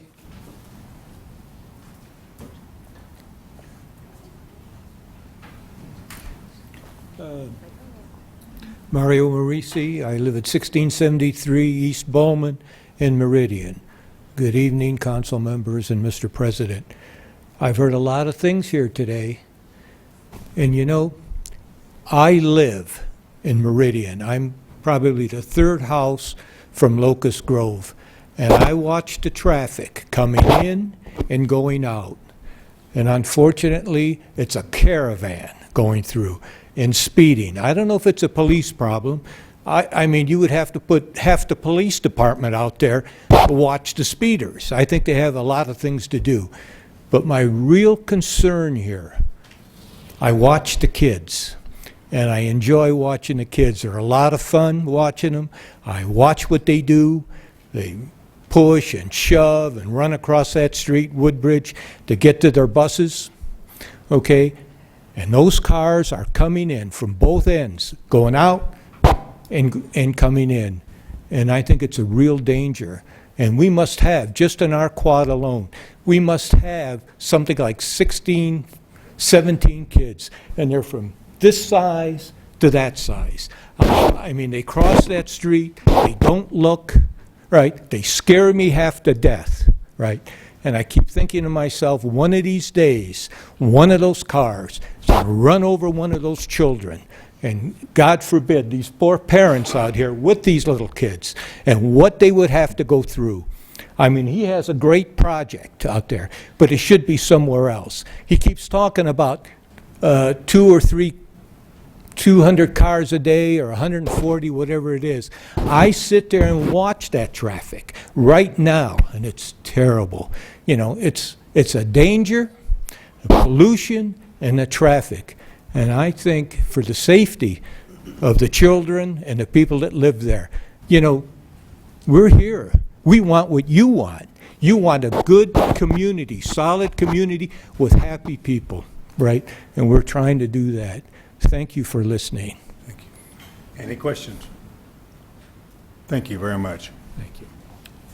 Okay, these signed up against, but they didn't want to testify. Sam Snyder, Jane Snyder, Jim Willman, Pat Willman, June Howell, Richard Howell, Ian Sodine signed up to testify.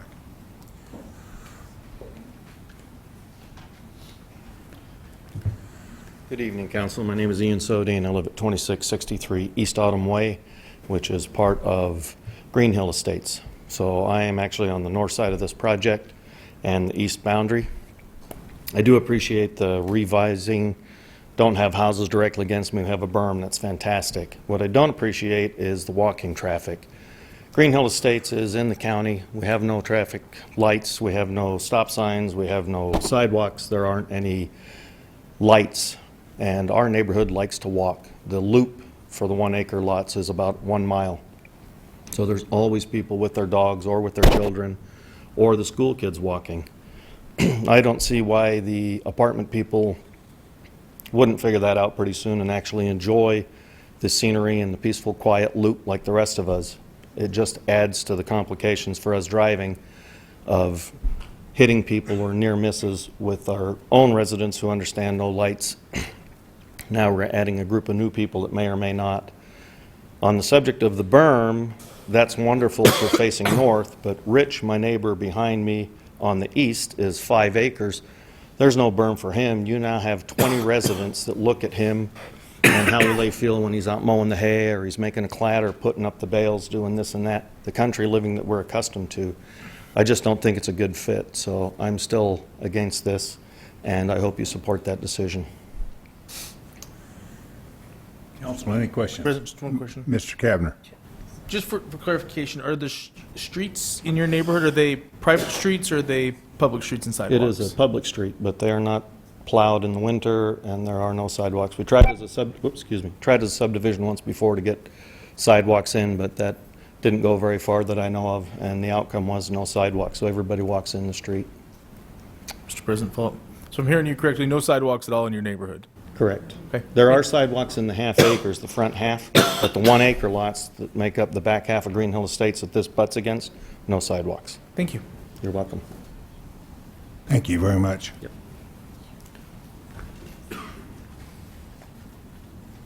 Jeanette Sedine, the one that is against. Art Beal is against. Michelle Bill is against. Ellen Sharp is against, and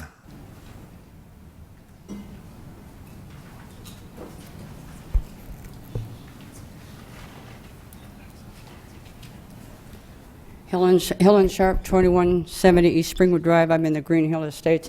Thank you for your time and listening. I think it's a kind of a question of getting the cart before the horse. How many times have we had HCAD go on a big spiel about the traffic right here because of the hospital, the business, etc., and how they've tried to design it? There are very few off and on ramps getting to Highway 55, which of course is Eagle Road. So naturally, especially now during tourist season and anytime we had relatives come and say, oh my goodness, is there any way we can get to Meridian easier than trying to get through this Eagle traffic?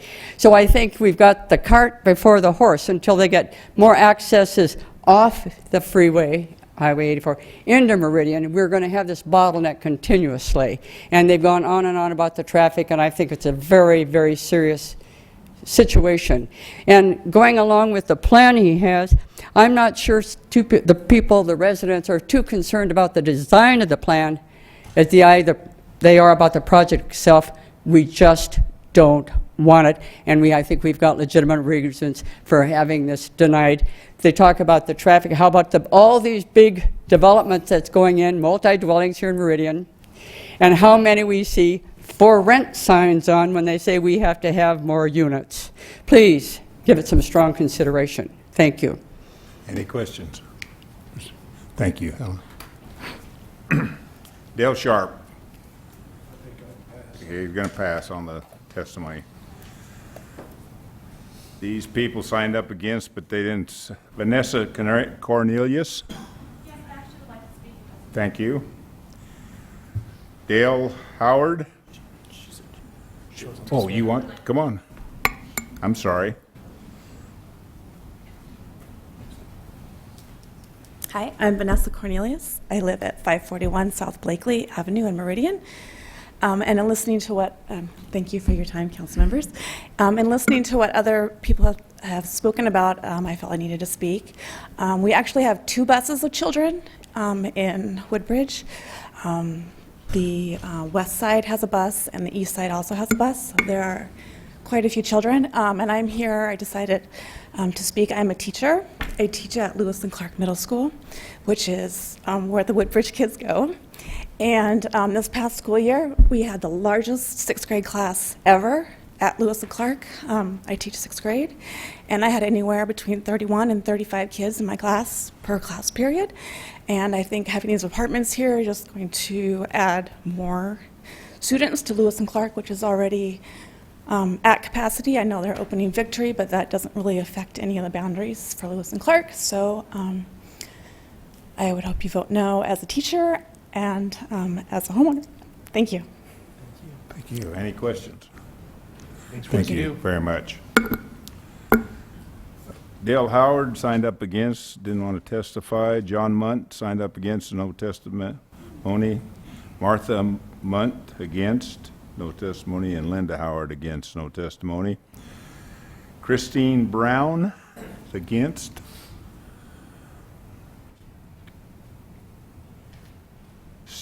Steve Brown against. Bill Egbert. Jan Egbert. Claire Gaylord.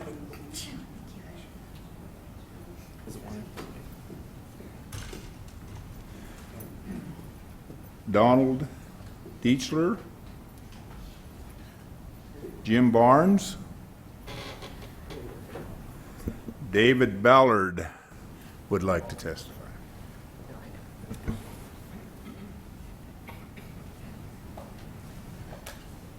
Good evening, Mr. President Byrd, Councilman Palmer, Councilwoman Mylan, Councilman Calviner.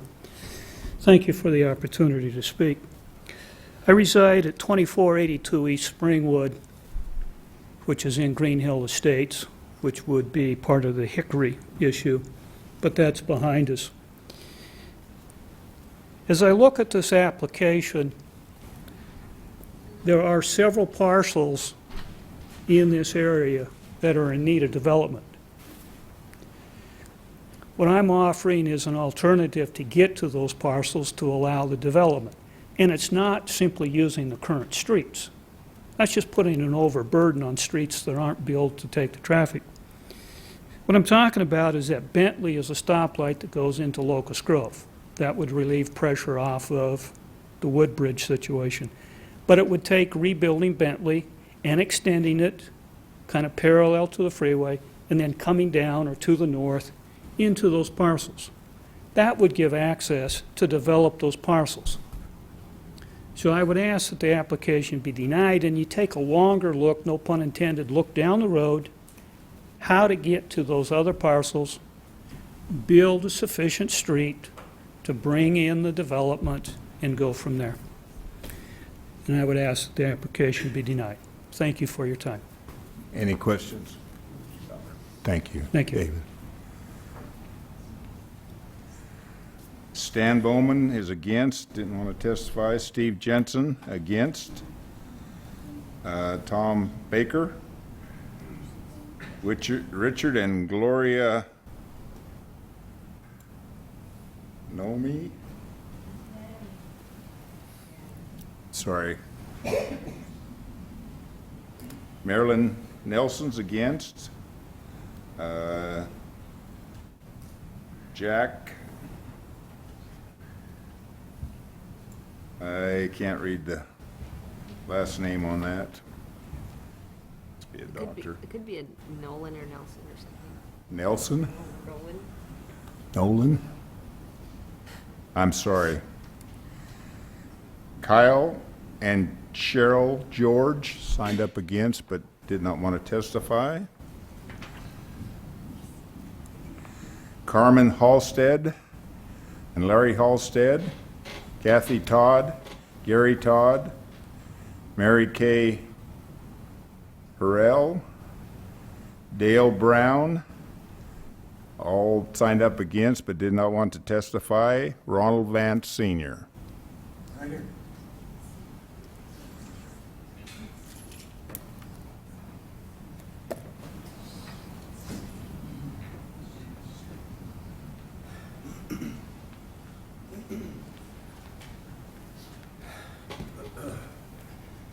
My name is Ronald Vance Sr.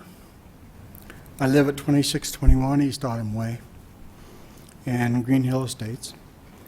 And if you look at the map, I'm directly in the middle on the acre lot on the other side of what would be the fence and the proposed berm.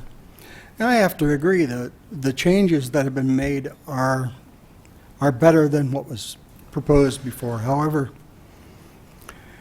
one concern I have that hasn't been addressed is that the berm is going to be composed of disturbed soil. And most construction people know that once you disturb the soil is not compacted as it would have been if it hadn't been disturbed for 1,000 years. And even if you compact this berm, you'd need to put posts in for this fence that goes down through the berm into the undisturbed soil below it. And if you don't, we're going to get, with some of these gigantic winds that we get, we're going to get that fence blown down right into my backyard. Another concern is I guess we've already addressed the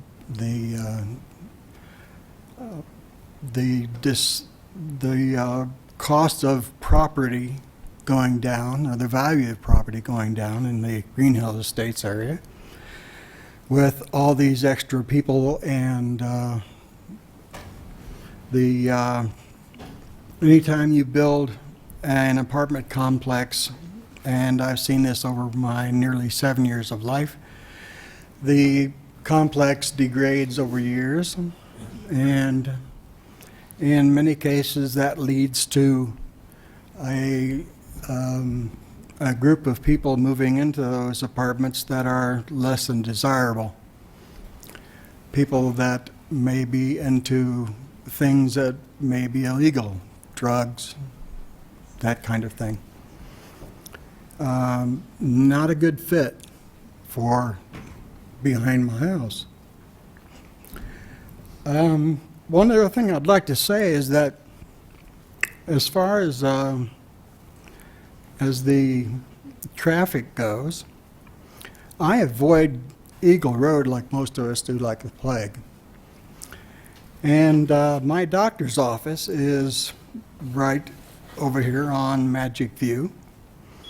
And many times I'll take, instead of going up St. Luke's Drive to the light, which is almost always backed up, I'll take a drive through the other subdivision over there, and Woodbridge, I guess it is, and make rights on Locust Grove or right on Franklin or right into my neighborhood. So yeah, it's a big concern. Sir, would you summarize, please? I think I'm pretty much at the end. Okay, thank you. Any questions? Any questions? Thank you very much. You're welcome. Okay, Lorraine Bowman signed up against, but does she want to testify?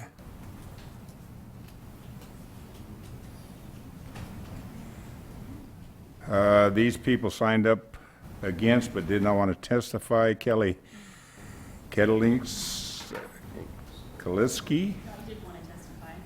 Beg your pardon? I did want to testify. Oh, okay. Come on up.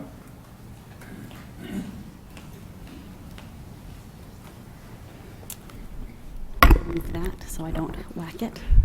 Mr. President, members of the council, or members of the City Council, I'm Kelly Ketlinski. I live at 2586 East Autumn Way in Green Hill. I love this area. My husband and I built a house in Woodbridge in 2003. Lived there for 6 years, moved over to Green Hill, just half a mile away as you walk. We love this area. I do want to make a couple of points that I don't believe have been hit too closely tonight. The applicant mentioned that the CCNRs will protect the management of the units. CCNRs, however, can be amended, usually either by a majority or a supermajority. So I don't think that that's a huge long-term protection that will provide. He also mentioned that this fits in the comprehensive plan. It doesn't fit in the comprehensive plan. They're asking for an amendment to the comprehensive plan in order to do that. The point has been made that this is a medical corridor and should be protected in that fashion. In order to make a comprehensive plan amendment, it does have to be, you have to consider whether it's consistent with the existing surrounding land uses and not a burden on existing and planned service capabilities, including schools. That goes for a annexation and rezone as well. If you look, the schools has been brought up, but our neighborhood, Green Hill, now the high school students can no longer go to Mountain View, which is so close that they cannot ride a bus, but we cannot go to school there now. The kids that go to high school now have to go to Centennial, so now have to be bused all the way down Eagle Road, 25 minutes to go to Centennial. That's my understanding is the current boundaries where they are. And also my last point is that most of the businesses that the applicants recommend or refer to as they're creating homes for, it's not going to limit traffic. All of those places still will create traffic through that area to get in and out. People aren't going to walk to Cincy for the most part. They're not going to walk across Eagle Road, cross the freeway to get to Silverstone. So it is geographically close, and in some areas it might make sense that they would walk or ride their bike. This particular area, people do not walk across Eagle Road, very, very rarely. So those are all the points that I have. Any questions? Thank you very much. Thank you. Arlene Eld signed up against. Larry Eld signed up against. Kimberly Jensen signed up against, and she didn't say whether she wanted to testify or not.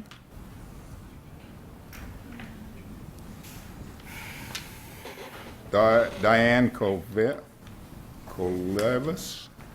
signed up against, didn't want to testify. Jerry Kolevis signed up against, didn't want to testify. Sandra Manicki signed up against, didn't want to testify. And I apologize if I'm butchering your names. Sandra Manicki signed up against, didn't want to testify. Danes Mavick signed up against. And I can't tell whether it was no or yes he wanted to. Andrea Gillespie signed up against no. Kristen Shabadi signed up neutral but didn't want to testify. Ron Peterson signed up against and would like to testify. Ron?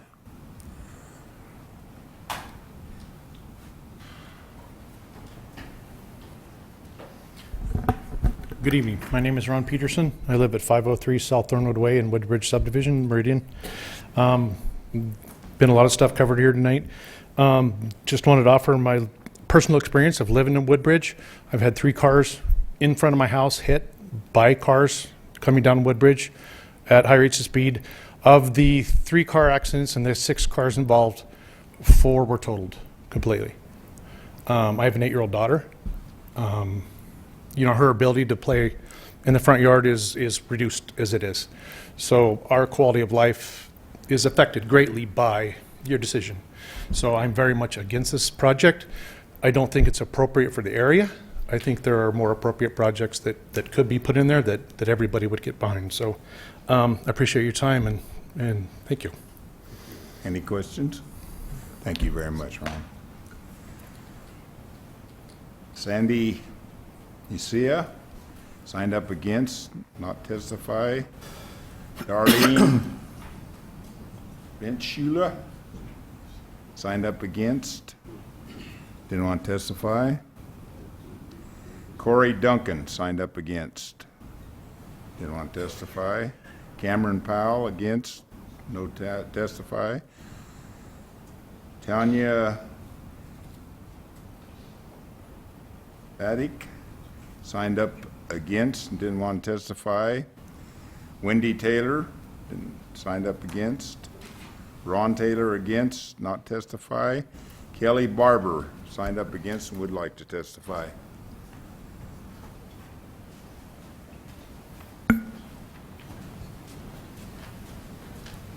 Mr. President, council members, thank you for your time.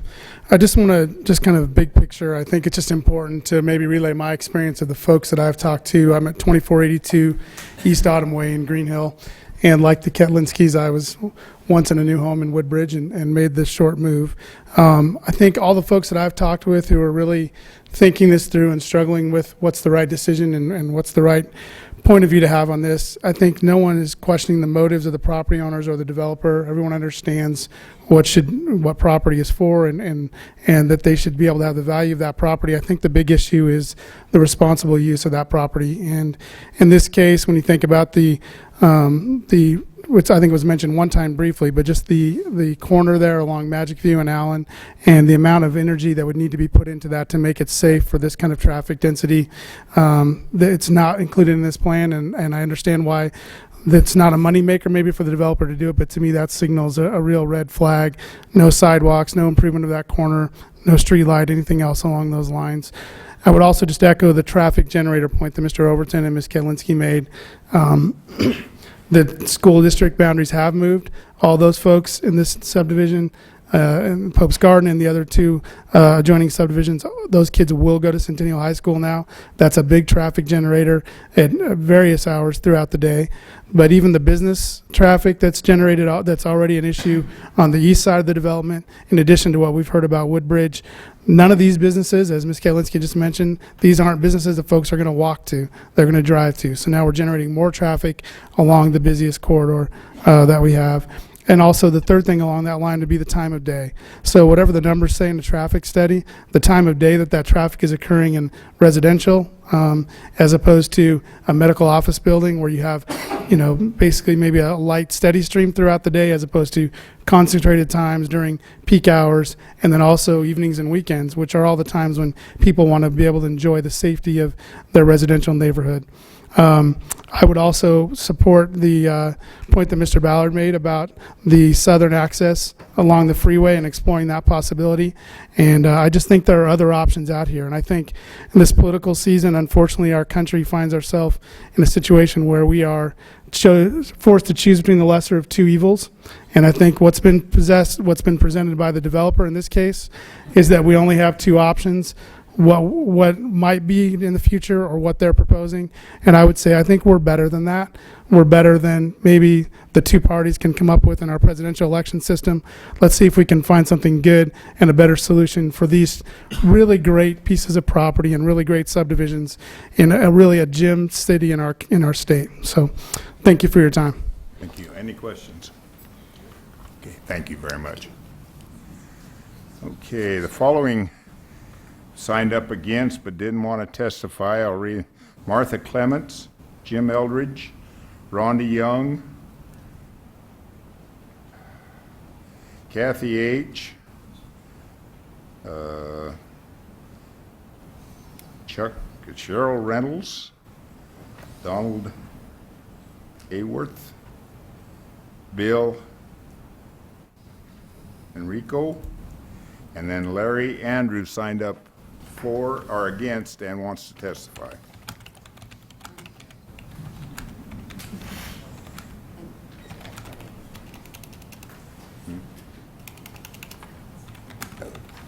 Larry Andrews, 2330 East Autumn Way in Green Hill Estates.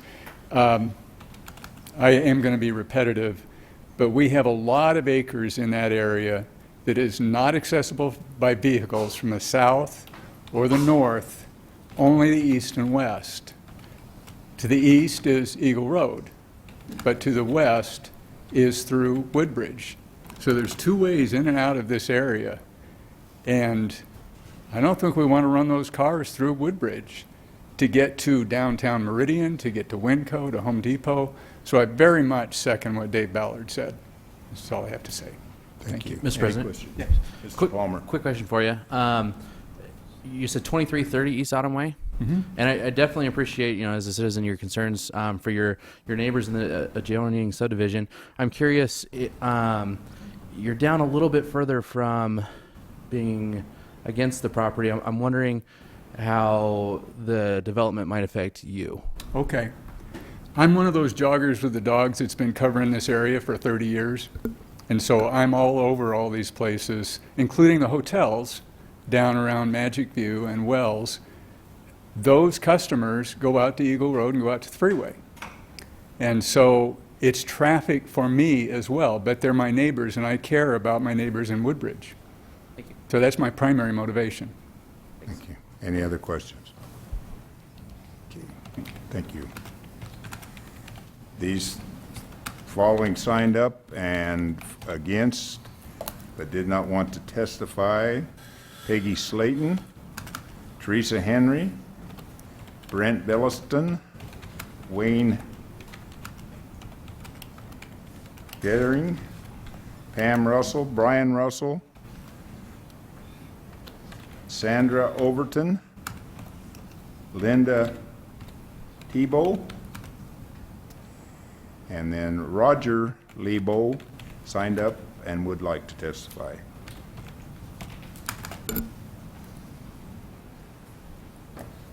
Good evening, council members, President Byrd. My name is Roger Tebow. We own the property at 675 South Wells. We don't reside there. We live in Banbury Meadows. We got involved in that deal. I think Mr. Fox, Gene Fox, referred to with Alston Jones, and we had a lot of money in that 5 acres. So we were kind of forced to bail it out, and then, long story short, we ended up in that property over $1 million. So our view of it might be a little bit different than a lot of the folks here. Ordinarily, if we had that property and we could transition into R15, we'd probably be jazzed. It would be fantastic, but it's not appropriate. Doesn't fit the plan, the general plan at all. Doesn't fit the neighborhood. I feel it'd be a blight in the neighborhood. I disagree that there's going to be a shortage of apartments, that type of development. I understand there's going to be some apartments applied for over by the Great Wall there, back toward the park. The guy has purchased some property, and he's going to probably go for apartments back in the back there. Also, I heard there was going to be apartments being planned for Locust Grove over by Franklin. And along Victory Road, east of Eagle, there's a lot of good space there for available construction of that type. One thing that I don't think has been mentioned, the parking along Magic View is pretty dense once you get past the residences of the 5-acre parcels. But I would think, my opinion, if this apartment complex went through, we would have a lot of parking on Magic View and likely on Wells as well, blocking access to people's mailboxes, the trash pickup, etc. Anyway, I'd just like to be on record that I strongly oppose the project, not on the basis of its merit, but on the basis of where it's at. It's the wrong thing. That's it. Any questions? Thank you very much. Okay, thank you. Okay, the following one signed up against: but did not want to testify. Michael Thayer, Dan Schrader, Honor Harris, Kathy Hines, and Kelly Buchanan. Gary McAllister signed up against and wants to testify.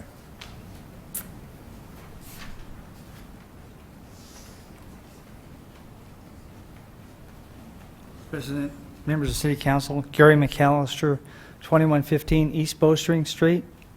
Live in Woodbridge along the main access. I think we've covered everything. I'd like to yield back to the guy with the Homeowner Association. I think presented everything fairly well, including the residential streets, if he had anything else to say. Okay, thank you.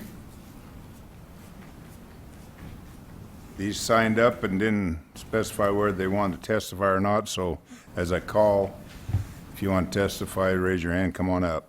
Nora Overton? I don't dare follow my Okay. husband. No way. I just about didn't call your name. Sue Linham?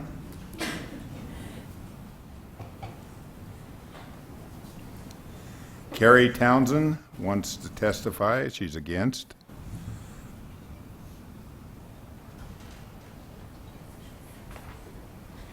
Thank you, Mr. President and members of City Council. I'm Carrie Townsend. I live at 1820 East Bowstring Street in Meridian in the Woodbridge neighborhood, and I'm glad many of my points have been made already. I'll spare you those.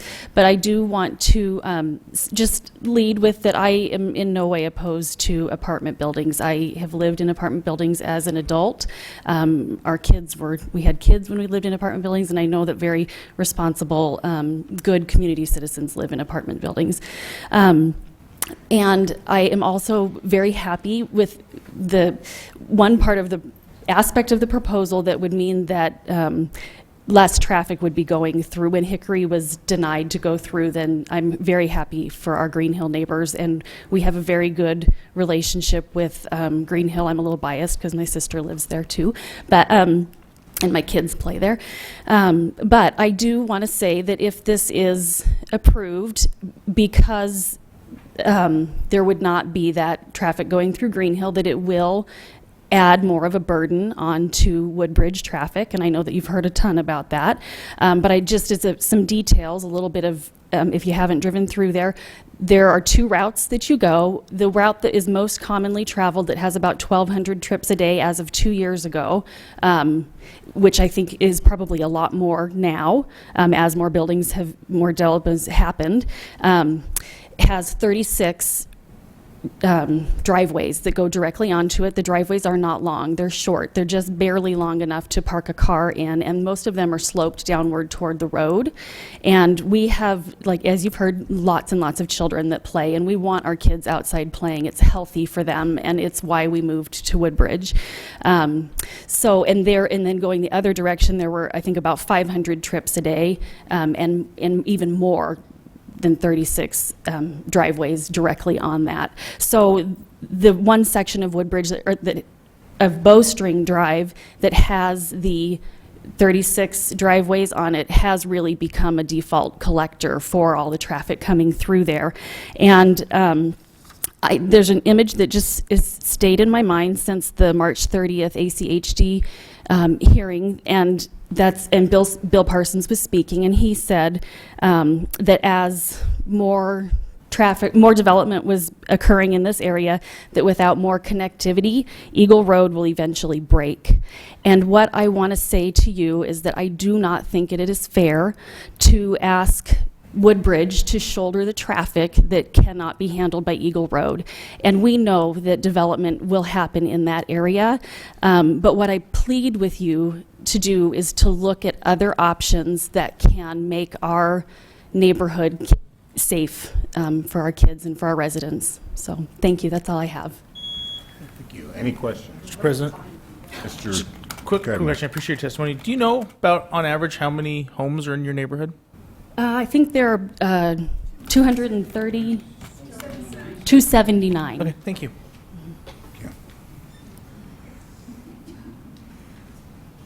Robert Packer signed up against, but he didn't specify whether you wanted to testify or not.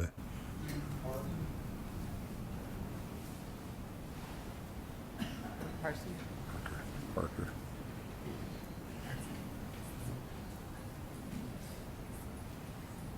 Looks like a C. Council and President, thank you. My name is Robert Parker. I live at 1943 East Pegram Street in Woodbridge. And the one thing I would want to bring up is I am on the Homeowners Association for Woodbridge, and I understand the weaknesses of a homeowner's situation. It is a volunteer situation, and I can't personally see something like 40 people, individual owners, in a project like this in a couple of years sitting there and not having problems that it will someplace fall apart. Somebody's going to go bankrupt. Somebody's not going to keep his property up. Somebody's going to undercut somebody else because nobody's working together on a big situation like that. So that's just the one thing I wanted to bring up. Thank you. Any questions? Thank you. David Roberts signed up against and did not want to testify. David Wentz signed up against and didn't want to testify. Brent Sherrod signed up against, did not want to testify. Carol Johnson signed up against and thought she might want to testify.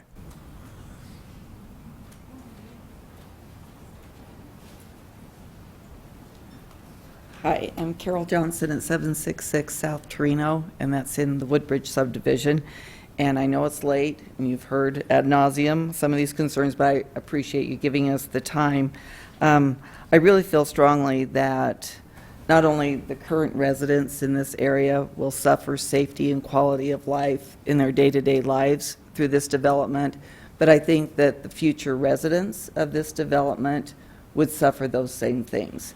One thing that hasn't been brought up is the parking spaces.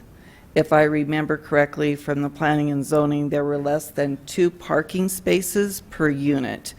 I think most homes have at least 2 automobiles or vehicles. They also have neighbors, friends, and visitors coming and going. If they don't have a place to park, I assume those would be parked on the street, further adding to this whole mess we've been talking about. So I appreciate your time. Thank you. Any questions? Thank you very much. Eric Stoffel signed up against and would like to testify. I respectfully would decline to testify since all Thank you.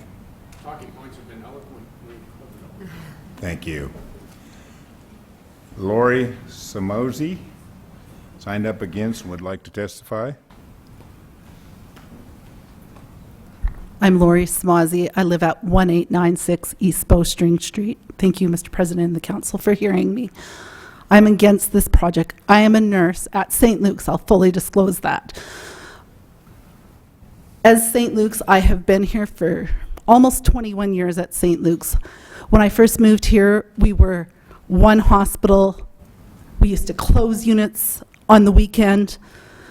In the 20 years I've been here, when we come in on a Monday, often St. Luke's Meridian, because it gets all of the people coming from Napa to St. Luke's Meridian, it's the busiest ER in the state. I don't want to lose the health care in my region to travel to Boise if I have an emergency, or to Meridian, because eventually St. Luke's Meridian is going to have to grow the way St. Luke's Boise has. If the City Council decides to take that health care away, they are going to force it in one of those directions. I don't think you probably want to trust rush hour traffic if your family member's having a heart attack to get them to those locations, especially going to Canyon County, since they're choosing not to develop their roads, but Ada County has. So I urge you, as a concerned family member and citizen, not to take away those office buildings, because when they do expand St. Luke's Meridian, the hospital, they will be trying to take those offices that are on the west-facing side. They will close that side of the hospital and move those offices out to expand. So on that point, I urge you to oppose. Thank you. Any questions? Thank you. Roger Samozi signed up against, didn't want to testify. Rita Exline against. Christy Exline against. Kathy Colunda against. Denise Jones against. Ruth Eldridge against. John Duncan against. Marianne Duncan against. Shannon Justy against. Roma Talbot against. Chris Jones against. Kathy Smith against.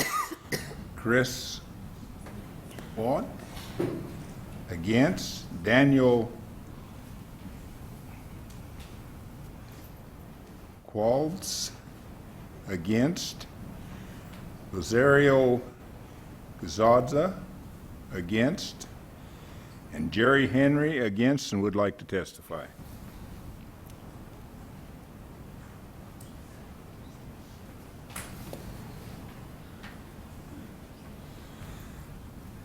Good evening, Mr. President and council members. Thank you. My name is Jerry Henry. I'm at 2115 East Bowstring, part of Woodbridge. I also call it the superhighway between Locust Grove and Eagle. I am also one of those people. It's a natural human desire to avoid Eagle Road, to go out on the Locust Grove, to go to Winco and things like this. From personal experience, because I live on Bowstring, I have been creamed, I don't know how many, almost creamed about a number of times trying to get out of my driveway. I witnessed a few years ago my neighbor's dog being hit by an Action Courier van cruising through and didn't stop. So what I'm trying to tell you is we already have a problem. That wasn't specifically stated, but it's been alluded to by a number of people. We already have a problem in this subdivision without adding 76 units that will be using this. Yes, I know you've heard about the traffic. I think it's pretty tenuous to put forth the argument that these people are going to work at the businesses. I happen to work in Boise, but I love Meridian and I choose to live in Woodbridge, but I want it to remain safe. So thank you. Thank you. Any questions? Thank you very much. Okay, the following signed up and did not want to testify. Elizabeth Schroed, John Everett, Kathleen Lewis, Valerie Steffen, Sherilyn Robinson, Bill Robinson, Ernie Bader, Tavis Bader, Dean Michael Sheff, Diane Ellie, and Emily Erickson. And I apologize for butchering anybody's name. This is a public hearing. Is there anybody that would like to testify that hasn't testified? Mr. Brown? For the record, Kent Brown, 3161 East Springwood. I do live in the neighborhood, but I'm for this project. And when we first met with the city staff, there was been some questions, and hopefully this can help people understand. When we first met with city staff, they mentioned to us that since the time the comprehensive plan was put into play, that the city changed the LO zone and removed apartments out of it. So we had two options. We could ask for a comprehensive plan change, or we could go back and ask that that be put back in. Most LO zones throughout the valley have that element in it, knowing that those are transitions to commercial areas. We've tried to make that transition on our site with the R15 so that we are buffering the single-family residents to the north of us. When the Waverly Place development went in, they were asking for LO initially and then eventually got the R8 zoning. This area is not called a medical corridor, as a lot of people, but it's called your core, and it's the Eagle Core business area. And it does make sense that its proximity, that it's going to have a lot of medical, and that's what we've seen a lot go in. There's been a little confusion about Magic View. ACHD would have required us to change and fix that Wells Magic View intersection if they had issues with it. That's a part of their analysis and review. We are required to put curb, gutter, and sidewalk along that frontage, and most of our site is a collector.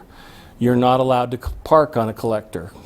So the other part has the entrance to a driveway, and so a collector doesn't allow the parking to happen on it. So, excuse me. So that is a requirement that we actually would have to put signs that say no parking along there.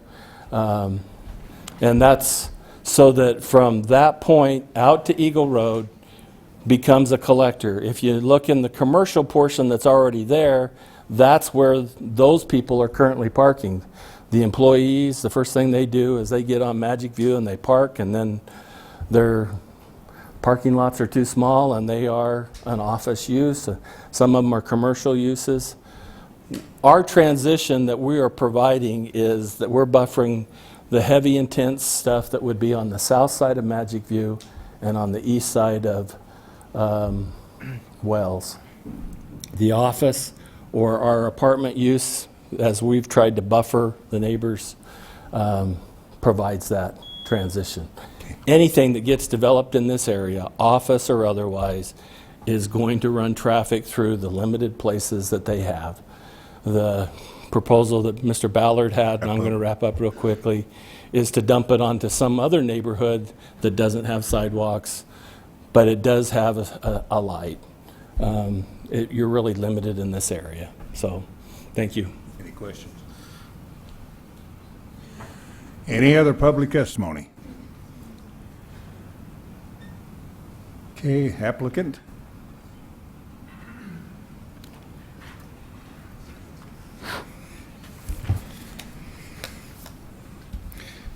Mr. President, council members, again for the record, my name is Kevin Amar at 1548 West Cayuse Creek Drive in Meridian.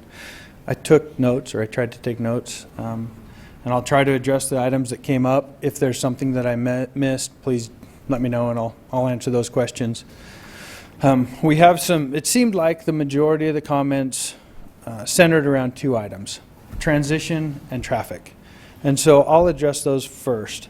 As we look at, and I have slides here to look at, as we look at these slides, this shows the Pope's Garden. Again, we talked about it being close to walking distance to bus routes, to Eagle Road, and to the freeway.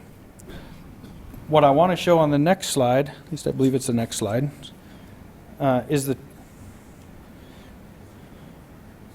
little yellow part is really important.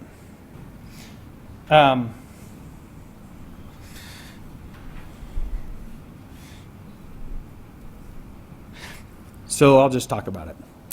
The area adjacent to our northern boundary and with the change of the plat illustrates the buffer that we have from Green Hill Estates to the project.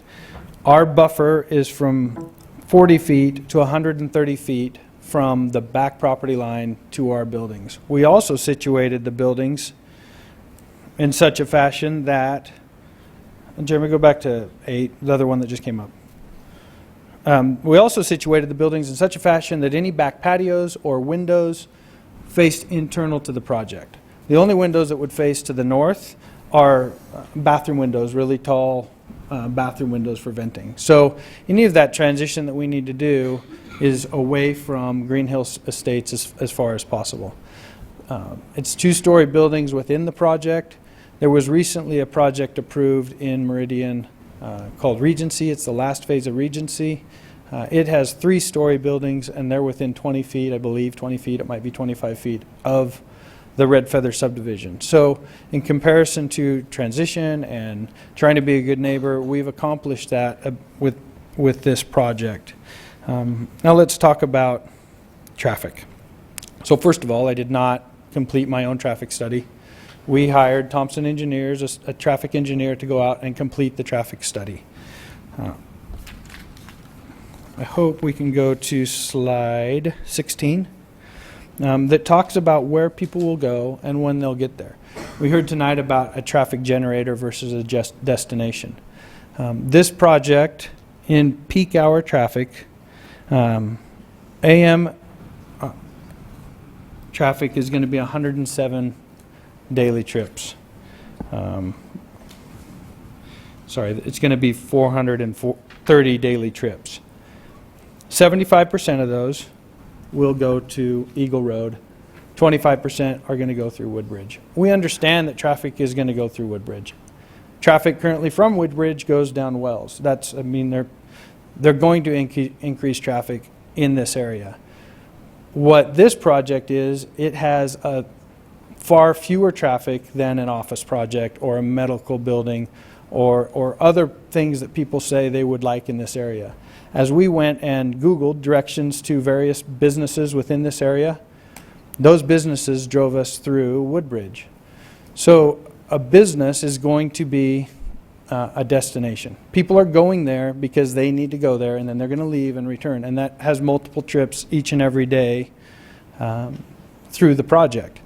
So if we put office here, or if we put medical buildings, or if we put any other use here, it's going to increase the traffic to this area compared to what we have proposed with Pope's Gardens. Again, we acknowledge that there's going to be additional traffic with this project. There will be additional traffic with any project, but if we put in office, if we put in something else like office, that traffic will be greater than what we are proposing with Pope's Gardens. That isn't something I've made up. That's traffic engineers, ACHD. They're the ones that have established that and have proven it through other projects that are out there. We also want to talk about, if we can go back to, I guess I'm out of order, slide. This has to do with transition again. Slide 11, I hope.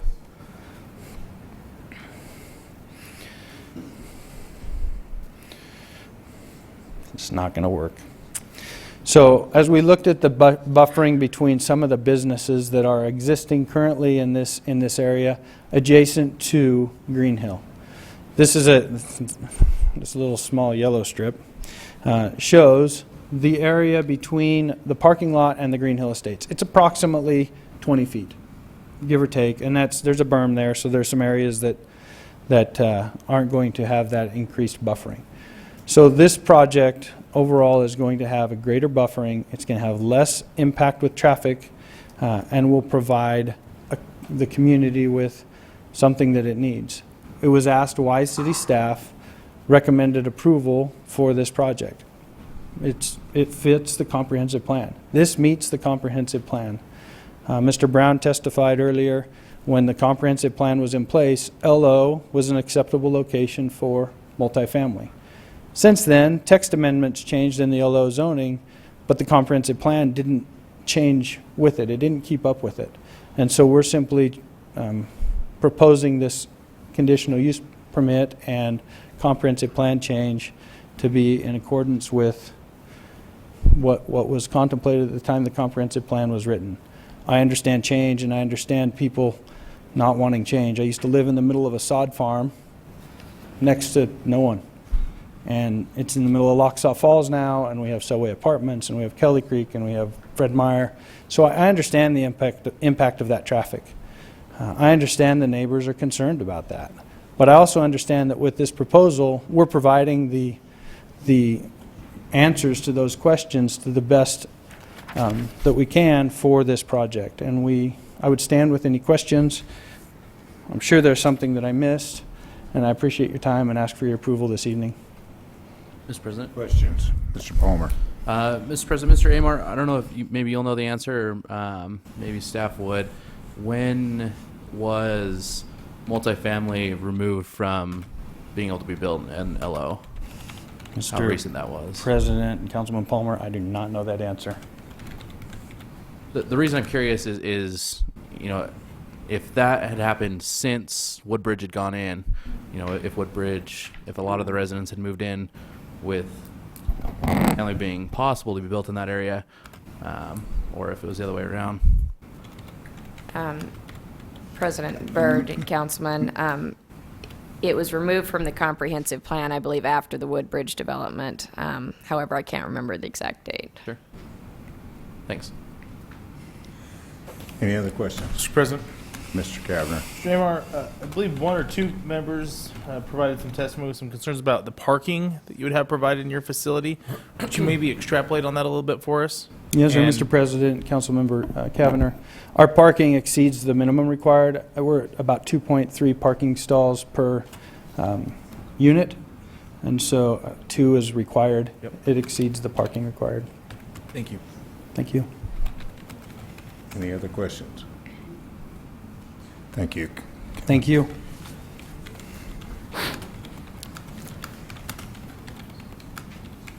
Council? Mr. President, Mr. Palmer. I just think in this situation, it would probably be best that we have any comments that we do before closing the public hearing, as we will undoubtedly reopen it should we close it. That's what we're up to. We're with keeping it open. Go ahead. Any comments? Mr. President, Mrs. Well- Mylum. First, I would like to thank all the Woodbridge community members for coming out and telling me about the shortcut so that I can avoid Eagle Road.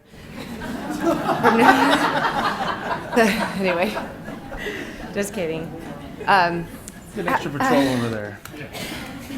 However, I do have a doctor's office over there, and I use Eagle Road, but I can imagine that if I live there, then I would be looking for alternate routes. I go there because I'm going to a doctor's office from a different location. I know that if I live there, I would be looking for the shortest way out and the way to avoid Eagle Road any chance I got. So I think that the traffic is going to increase much more. And that happens with every development. So that's okay, except for the fact that these are local streets. They're not built for for an increase of traffic, and it won't be safe. And that's a big part of the problem that I have. The other point that I would like to make is that even though you could get a conditional use permit for a apartment complex in a LO, it wasn't a guarantee, it wasn't a given. It was not an approved thing. They still would have to come here and have this meeting to get the conditional use permit, and we'd be having the same exact conversation. And it really comes down to the safety and the traffic and the streets. The streets are not cut out for more traffic cutting through there. That's part of my 2 cents. Any other discussion? I'll be happy to chime in, Mr. President. Governor? I think this project has been a challenge. I think that's why we've seen it remanded back to P&Z and the Highway District being involved, and that's why we've seen the petitions and the letters from our impacted citizens. The struggle for me is that, contrary to maybe some people's opinions, I'm a fan of multifamily developments. I'm a fan of apartments, and I appreciate the person who provided testimony and said that all people who live in apartments aren't bad people. I'm pretty sure the police department can testify we have crimes committed in homes and apartments. So I appreciate whoever articulated that. We need diverse housing options in Meridian. The piece that I have struggled with, I think many of these citizens have articulated, is this a good fit for that particular piece? Is this project, and what I think this developer has went over and above in regards to open space. I think he's tried to listen to the residents as best that he can. I think he's addressed many of the concerns. I think this development makes great sense. We would have 5 minutes worth of discussion on a project like this if it was in a properly zoned area. The question I think for us is, does this project go above and beyond so much that necessitates changing the future land map and rezoning this piece of property? And I'm struggling with that piece. Again, I may be alone. I may be in the majority tonight. Knock on wood. That just depends on the night, it seems, if I'm on the right or the wrong side of these things. But I struggle with this project, as great as it is, being so great that it's worth changing our current zoning. So that's my opinion. Thank you. Mr. President, what makes you think I have something to say? No, you don't. Yeah, if any of you have ever been to a meeting where we've discussed apartments or read the minutes, they're super exciting. I've always spoken in favor, I mean, property rights were mentioned, of a property owner's right to develop his property for something that makes sense. And to me, residential adjacent to residential makes sense. And especially understanding Eagle Road is got heavy traffic right there by the freeway. But I think that makes it even more proper to put something like this there, as opposed to somewhere that has no traffic, that isn't anticipated to have traffic for many years. I think that it's already there, and I mean, we can choose to believe the traffic engineer or not believe the traffic engineer as to whether apartments provide less traffic than offices. I lean towards trusting them, as I'm no expert in it. And again, it's residential against residential, so it makes sense to me. And when you own the property, I mean, I don't know if anyone that lives near here has made any attempts to purchase the property to be able to have definite say on what goes there. I feel if you want to have absolute say on what goes to a property that's near you, you'd better own it. And beyond that, if it makes sense as residential near residential, then I'm going to vote for it. Any others? I'll weigh in a little bit. Residential against residential is right, but this is office too. Offices is in there. This was zoned for offices. I happen to be one that got to visit the wound center quite often at 6 o'clock in the morning for a few days. And be truthfully, I went through Woodbridge because it was better than getting on Eagle at that time in the morning. Another one. And they're not kidding when they say those kids are sitting out there for the bus and stuff. Well, I think everybody has a right to do with their property as long as they do it right. I don't think this development, this area has the roadway or the access to get in and out of at this point. And I think that the traffic study is probably way off. I think there'll be a lot more car trips than what they show. It usually has. We had a beautiful study at the corner of Franklin and Eagle Road when we started Portico, and it was the finest traffic study I'd ever seen. And I'll guarantee you, within 6 months, that traffic study was outdated. So I feel at this point right now that this area would be better suited to stay office buildings. That's my take on it. Any other? Mr. President, Mrs. I would Meyer. just like to reiterate, it was one of the notes that I had to the developer, that this, it is a great project. I like what you've done. I like the amenities you've added. There would be nothing else about this project other than the location and I think the detriment that it'll have on the neighboring area, and having to change the zoning for that. If it was in a proper location with proper ingress and egress to better streets. Any other discussion? In public? Okay, we close it. If not, I'd entertain a motion to close the public hearing. Mr. President? Mr. President, I move we close the public hearing on H 2016-006 as revised. Second. We got a motion and a second to close the public hearing. All in favor, say aye. Aye. Any opposed? Public hearing is closed. Mr. President. Mr. Palmer. Mr. President, I move we approve H 2016-006 as revised. Just to play this out, I'll second that. Okay, we got a motion and a second to approve H 2016-0006. Any discussion? Mr. President, Mr. Kavner. we're just voting currently correct on number 1. I think it's the whole We're going to do the whole. The whole 1, thing. 2, 3, Okay. 4. It's the whole thing. When we changed our applications to those numbers, we went to the whole thing.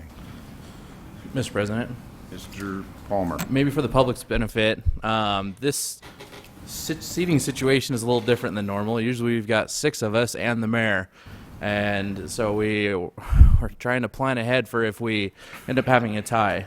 And so if that were to happen, our options are to let it sit as a tie and it fails, or continue it to a meeting when the mayor or the rest of council can maybe break the tie, right? Mr. President, members of the council, Councilmember Palmer, yes to both. So if a tie vote does fail, and then your option then would be to either revote with a different motion, or to continue it to when the rest of the council can be present and the mayor, which would the soonest would be August 16th. Not that I anticipate that because my motions never fail. They usually fail. Any other questions? Have the question, Madam Clerk. Councilmember Kavner, No. Councilmember Mylum, No. Councilmember Palmer, Aye. Councilmember Byrd. No.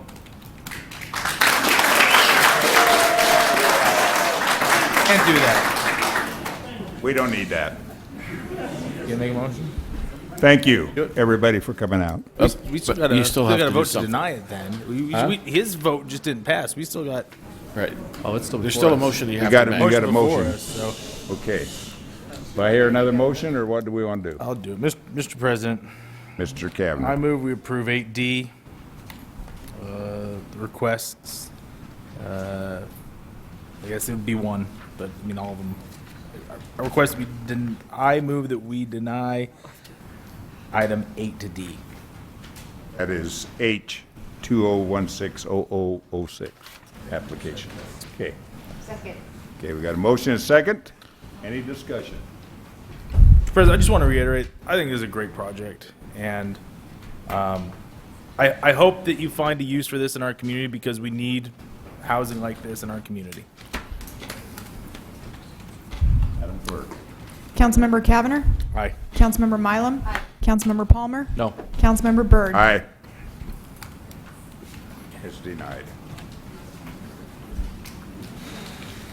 Okay, we'll move on to item, President? Mr. Kavner. Mr. President, would you entertain a 5-minute recess? Take a 5-minute recess. It's going to be hard to hear.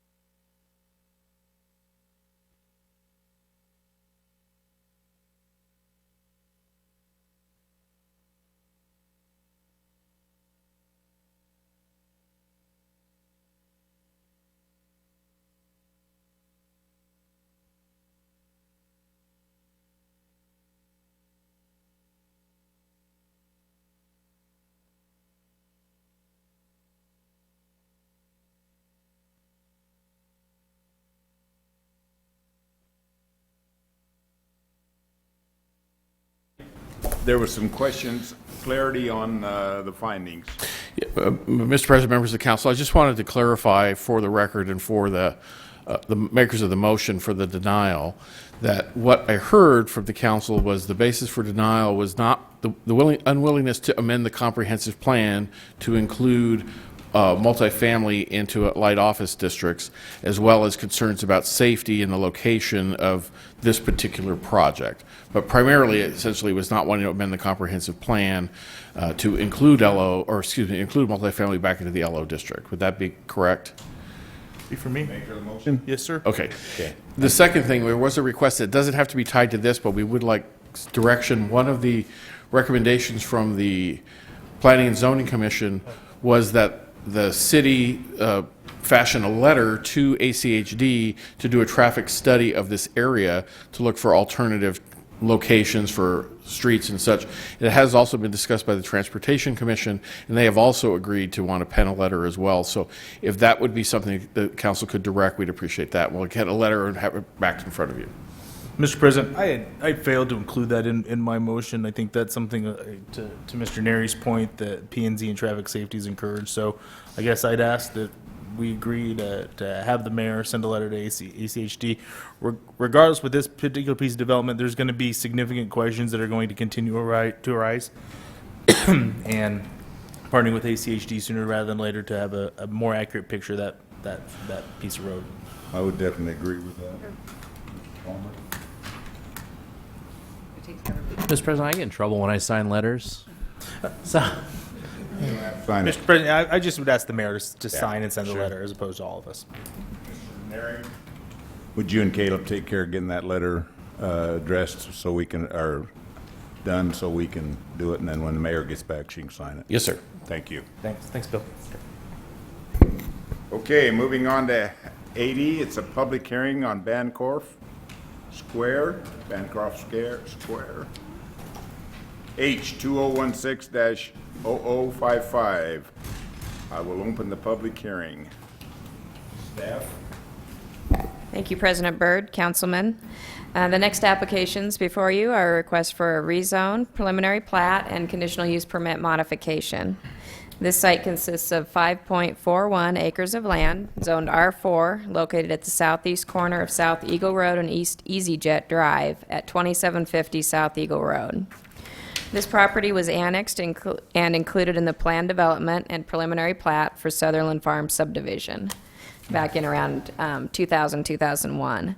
The planned development conceptually approved office and multifamily uses on this site as a land use exception in the R4 zoning district. A detailed conditional use permit was required prior to development. The comprehensive plan future land use map designation for this site is mixed use community. The applicant proposes to rezone 6.54 acres of land from the R4 to the R8 zoning district for the development of 33 single-family residential homes with a density of 6.1 units per acre. A modification to the previously approved conditional use permit and plan development is requested to change the use approved for this property from office and multifamily residential to single-family residential at a density desired in the mixed-use community designated areas.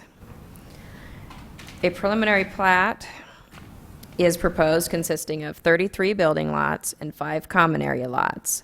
Access is proposed at the north boundary via EasyJet Drive with a stub street to the south for future interconnectivity. Access is also proposed to the east via South Nephrite Way. No access is proposed via Eagle Road and is prohibited, which in this case amounts to 0.54 of an acre with one site amenity. Because this property was originally included in the preliminary plat for the Sutherland Farm development and is included in the planned development, the applicant requests this property is allowed to develop as originally intended as the last phase of the subdivision, and the qualified open space and site amenities for the overall development is considered to cover this portion of the site as well. A total of 11.3% or 13.24 acres of qualified open space has already been provided with the Sutherland Farm development, along with site amenities consisting of a 3/4 mile long regional pathway along the Reidenbach Canal, a 5.9 acre park, a 2.5 acre park, tot lots, a gazebo, swing set, and horseshoe pits. The applicant states they have discussed incorporating the subject property into the HOA with the Sutherland Farm HOA and have reached an agreement, but it has not yet been finalized. In the event the agreement is not finalized, staff recommends the plat is revised to provide the full 10% qualified open space. Currently, they're proposing 7.9% or 0.43 of an acre. Conceptual building elevations for homes within this development have been submitted as shown with a variety of building materials. 1- and 2-story structures are proposed ranging in size from 1,200 to 2,200 square feet, similar to the size of homes in Sutherland Downs subdivision to the north. Because homes on lots that back up to or face South Eagle Road and East EasyJet Drive are going to be highly visible, staff recommends the rear and/or sides of homes on lots that face or back up to these roadways incorporate articulation through changes in materials, color, modulation, and architectural elements, horizontal and vertical, to break up monotonous wall planes and roof lines. The Commission voted to recommend approval of the subject applications. Matt Schultz and Robert Nielsen testified in favor. No one testified in opposition. Bonnie Broussard and Fred Cooperis commented on the application. Written testimony was received from Matt Schultz, the applicant's representative, Mike and Annette Wheeler, Arnie and Kay Veers, Bill and Sally Riggs, James and Marcia Harris, Joanne St. Charles, and Robert Nelson, Kent and Mary Ellen Wheeler, Robert and Laurel Nielsen, Tom Reynolds, Ken and Eileen Scalion. All of these were in favor of the development, provided that the minimum open space and site amenity requirements are provided with this development, or in the alternative, that the development is included in the HOA for either Sutherland Farms or Sutherland Downs in order to help bear the cost of maintenance of these private common areas, and also be subject to certain architectural design guidelines as determined appropriate for this development. The key issues of discussion by the Commission, the Commission was in favor of the proposed development. There were no changes to the staff recommendation, and there has been no written testimony since the Commission hearing. Staff will stand for any questions. Thank you, Sonia. Any questions for Sonia? Okay, is the applicant here?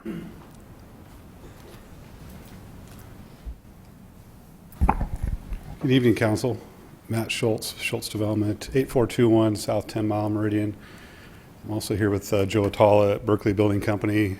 Berkeley's under contract to purchase the property, and I'm helping them to do the approvals and do the development to hopefully build it next year. And his office is actually just right around the corner in El Dorado, really close to the site. So we all have a vest, and I live in the area too. I've been working in South Meridian for 16 years now, doing development. So it all feels like home. We want to do a good job. And on this one, it's interesting because we are essentially the last phase of a project started in 2002 by Trevor Roberts, who's since passed away. He got most of it done. He got most of the single family done. Since then, I've done a mini storage, and there was a failed attempt to do some apartments on this. I believe I heard that. So we do come in knowing that single family detached is a good product. It's a good fit. We match what's across the street to the north of us. It's already in Sutherland Farms. We were kind of pleasantly surprised in our neighborhood meeting that people were saying, "Hey, you should come into our HOA. You're going to use our park anyways." Which kind of like, oh, well, you don't usually hear that. But then again, I usually don't do the last phase of a project started in 2002. So it is a little bit odd for me to be in this situation. But it's been real pleasant working with their HOA president and board and some of the neighbors who've all, for the most part, I can't remember a negative comment other than you need some more single stories just because we want to buy them. You know, the product that we have set up right now is 2 stories, looking at developing a single story in it because we think it'll sell really well. But we have negotiated, sat down with their board, negotiated essentially an entry fee that'll pay the equivalent of an amenity in ours towards them upgrading. Do you have the overall site plan, Sonia, of the overall Sutherland Farm I gave you in the last meeting? It kind of shows there's a central 6-acre park in the middle of the 110 acres out there in Sutherland Farm. There's actually 2 HOAs out there. One Sutherland Farm, which is the bigger lots, which we're actually joining that one, which is kind of unique, where the small lots join the bigger lots, which of 254 lots. And then Sutherland Downs is right north of us. They have all maintenance included, single stories. It's a different pay schedule. They're a separate HOA of 79 lots. So there's 333 lots existing out there, two different HOAs. We're joining the bigger one. We've agreed to join. They have some architectural control, which is hard for us to give up, but we're going to give some of that up to get along with everybody, and giving a monetary contribution and decorative streetlights to match their decorative streetlights is what they would like to do. And we are doing detached sidewalks where they don't have them. We're going to do detached. We feel like it opens up that street feel a little bit to have the detached parkway strips. Even though we're giving up a little rear yard for that, we feel it was important to the streetscape. So all in all, I could probably talk too much here. We're giving staff recommendations. We have an agreement on paper. We just haven't signed it yet. They still have to take it to their homeowners at large and get a 60% approval or 66%, which they seem confident, but we'll see how it turns out. We seem to have a lot of support. And if it works out, great. If it doesn't, the change is, and it's the reason we don't hit 10% is because they won't let us count the existing buffer on EasyJet because it's not technically a collector. But we have over 10. We just can't count it in usable. And so to meet technically the 10, we'd have to give up one lot and put an amenity on our site is what it would be. Easy change, to meet the 10 plus one amenity. We'd rather save the lot and help them upgrade some larger amenity for everybody in their main park, which you can see in the middle here where it says 5.9 acres. That's the main park for Sutherland Farms. We're over here to the west, less than 1,000 feet away. Sutherland Downs is right north of us. They have their own 2.5 acre park that our homeowners may or may not use. I hope they don't get too offended if they walk through. I know hey, this is our park, that's not your park, and we're trying to avoid that by joining at least Sutherland Farm for now and not having that you can't use my park issue come up. So we think it's a great project. We agree with staff's conditions of approval, and we hope to present a final plat to you shortly and get going on it. So stand for any questions. Thank you. Any questions for Matt? Thank you, Matt. Thanks. This is a public hearing. We had nobody sign up, but would anybody like to testify?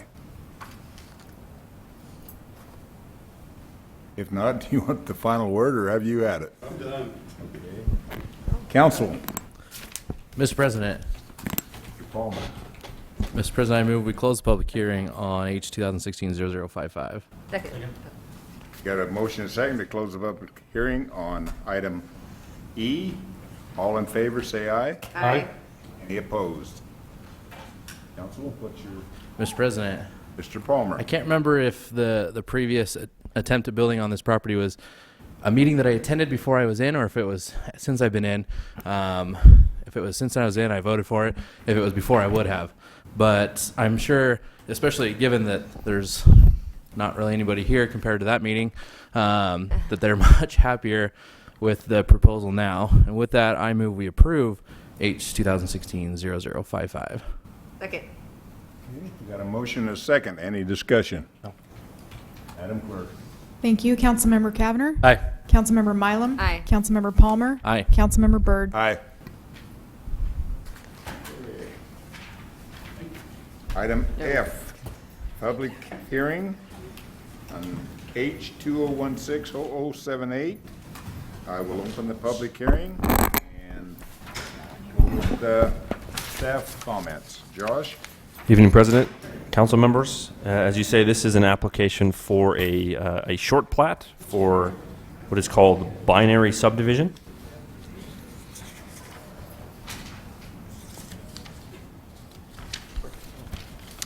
The site consists of 0.689 acres, currently zoned CG, located at 1351 East Fairview Avenue. A little history on this property. In 2007, the property received preliminary and final plat approval for the 4-lot Intermountain Outdoor Subdivision. And in 2011, a portion of the property was developed with a Dutch Brothers coffee kiosk that's currently operating on the east portion of this property. The proposed short plat depicts two commercial lots, as I said, on 0.689 acres in the CG zoning district. The proposed plat is a re-subdivision of Lot 2, Block 1 of the Intermountain Outdoor Subdivision. The existing Dutch Brothers Coffee is located on Lot 2, Block 1 of the Intermountain Outdoor Subdivision. The existing landscaping along the north and the west portions of the property along Fairview and the adjoining local street are in place. There is a cross-access agreement associated with the property. Access is taken from Fairview Avenue as well as Stonehenge to the west. Staff has reviewed the proposed short plat for substantial compliance with the criteria set forth in the UDC. Staff is recommending approval. The applicant did respond in agreement with the staff report, and there are no outstanding issues for council to review on this. I'll stand for any questions you have on the application. Thank you, Josh. Any questions? Applicant, Mr. Teely? Thank you for being here all night. Mr. President, members of the council, my name is Pat Teely, office address 12594 Explorer in Boise. It seems pretty lonely in here right now. I'm getting an echo. But we have read staff report. We agree with staff. It's just a development of a lot where a parcel where more buildings were approved for it. We just want to be able to split it so we can sell the parcel. If there are any questions, I'll stand for them. Any questions for Mr. Teely? Okay, thank you. Thanks. This is a public hearing. Anybody want to testify? Ralph says no. Seeing none, council, what's your... Mr. President, Mrs. Milam. I move that we I'm really close the public pronouncing good hearing tonight. on H2016-0078. Second. Okay, we got a motion and a second to close the public hearing on H2016-0078. All in favor, say aye. Aye. Any opposed? Mr. Seeing none, President. the public hearing's closed. Oh, sorry. Mr. President. Mrs. Milam. Pat, thanks for being here all night. I don't know, whoever made this agenda should be have it talking to, but that was probably some good entertainment for you. Anyway, I move that we approve H2016-0078. Second. Okay, we got a motion and a second. Any discussion? Madam Clerk. Thank you. Councilmember Cavanagh. Aye. Councilmember Milam. Aye. Councilmember Palmer. Aye. Councilmember Byrd. Aye. What? Was it hesitant? Sure. Okay, council, we got an ordinance. I don't know what the ordinance number is. 161701. Thank you. You're right, where did that come from? If the clerk would read it by title only. Thank you. City of Meridian, ordinance number 16-1701, and ordinance H 2016-0009 for annexation and rezone of a parcel located in the east 1/2 of the northwest 1/4 of Section 24, Township 3 North, Range 1 West, Boise Meridian, Ada County, Idaho, as described in Attachment A, and annexing certain lands and territory situated in Ada County, Idaho, and adjacent and contiguous to the corporate limits of the City of Meridian as requested by the City of Meridian. Establishing and determining the land use zoning classification of said lands from RUT to R8, medium-density residential district in the Meridian City Code. Providing that copies of this ordinance shall be filed with the Ada County Assessor, the Ada County Recorder, and the Idaho State Tax Commission as required by law. And providing for a summary of the ordinance, and providing for a waiver of the reading rules, and providing an effective date. We've heard the ordinance read by title only. Is there anybody that would like to have it read in its entirety? Mr. President. Mr. Cavanagh. Seeing none, I move that we approve ordinance 16-1701 with suspension of rules. Second. Okay, we got a motion to approve the ordinance. Madam Clerk. Councilmember Cavanagh. Aye. Councilmember Milam. Aye. Councilmember Palmer. Aye. Councilmember Byrd. Aye. Okay, council, moving on to future meeting topics. We need to discuss the public hearing on the CDBG action plan that we've got scheduled for the 9th of August, which is our Workshop. early deal, and I agree with the other councilman, and I know the mayor does too, that we would like to have it where at least people at work could get here by deal. So, Mr. Neri, do you want to explain what the idea that would work? Yes, Mr. President, members of the council, in discussing it internally with the planning staff and Sean, the administrator, we have had some people from the public indicate they would like the meeting to be held at 6. We can't renotice this meeting. It's already been noticed, and we have to submit something by the 16th of August. But what Sean did indicate that we could do is start the meeting like normal at 3 o'clock. We can also notice up an additional public opportunity for testimony at 6 o'clock. It's, as you all know, it's very hard to gauge, will the meeting take 3 hours, will it take 2 hours? I really don't know. But we can add the additional testimony, and we will then renotice that as an additional testimony opportunity for people at 6 o'clock. So if the meeting were to get over early, we simply would recess until 6 o'clock, and then you would have whoever shows up then have an opportunity to testify at 6, like at a normal evening meeting. And that would be compliant with the requirements for the public notice. It would be requirement of the public participation. And it would probably satisfy, again, those that would prefer to come at 3, as well as those who would prefer to come at 6. So if that's all right with everybody, that would be the plan. Like I said, Sean was going to notice the additional opportunity for testimony. Luke, great with that. You okay? I agree. Genesis? Everybody needs that chance. Yeah, there was a couple emails that we'd gotten where people had requested that. I don't know if they were replied to individually saying we were doing that, or if they were waiting to do that until tonight. I just want to make sure that those people get replied to. Mr. President, members of the council, Councilmember Palmer, all of the ones that we received either through the city clerk's office or the mayor's office have all been responded to. The ones that specifically asked about this, I responded to directly and told them this is what we'd be talking about tonight. Awesome. And that there would be additional notice that would be provided both on the website as well as our normal noticing process. So, thanks. Okay, council, any other future meeting? Next week, we will not have council. We got, it's the night out, National Night Out. I hope you all are going to attend. Plan to go. And I've got hold of Peggy to. She called today. So she got hold of all of you. So, I think council, for what we had, you guys did one heck of a good job tonight. I mean, we're out of here at 9:10. I think for everything we had. Because there's only half of us. Mr. here, President, well done on reading through those names. I know that can be a challenge, and probably had a lot of doctors in the audience because the handwriting was a little rough. So well done. Anyway, I would entertain a motion to adjourn.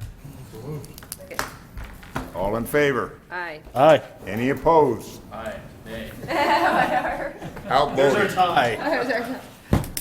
We can't adjourn for lack of a majority. You want to hang out a little more? Wait, tell me about this letter that you got in trouble for signing.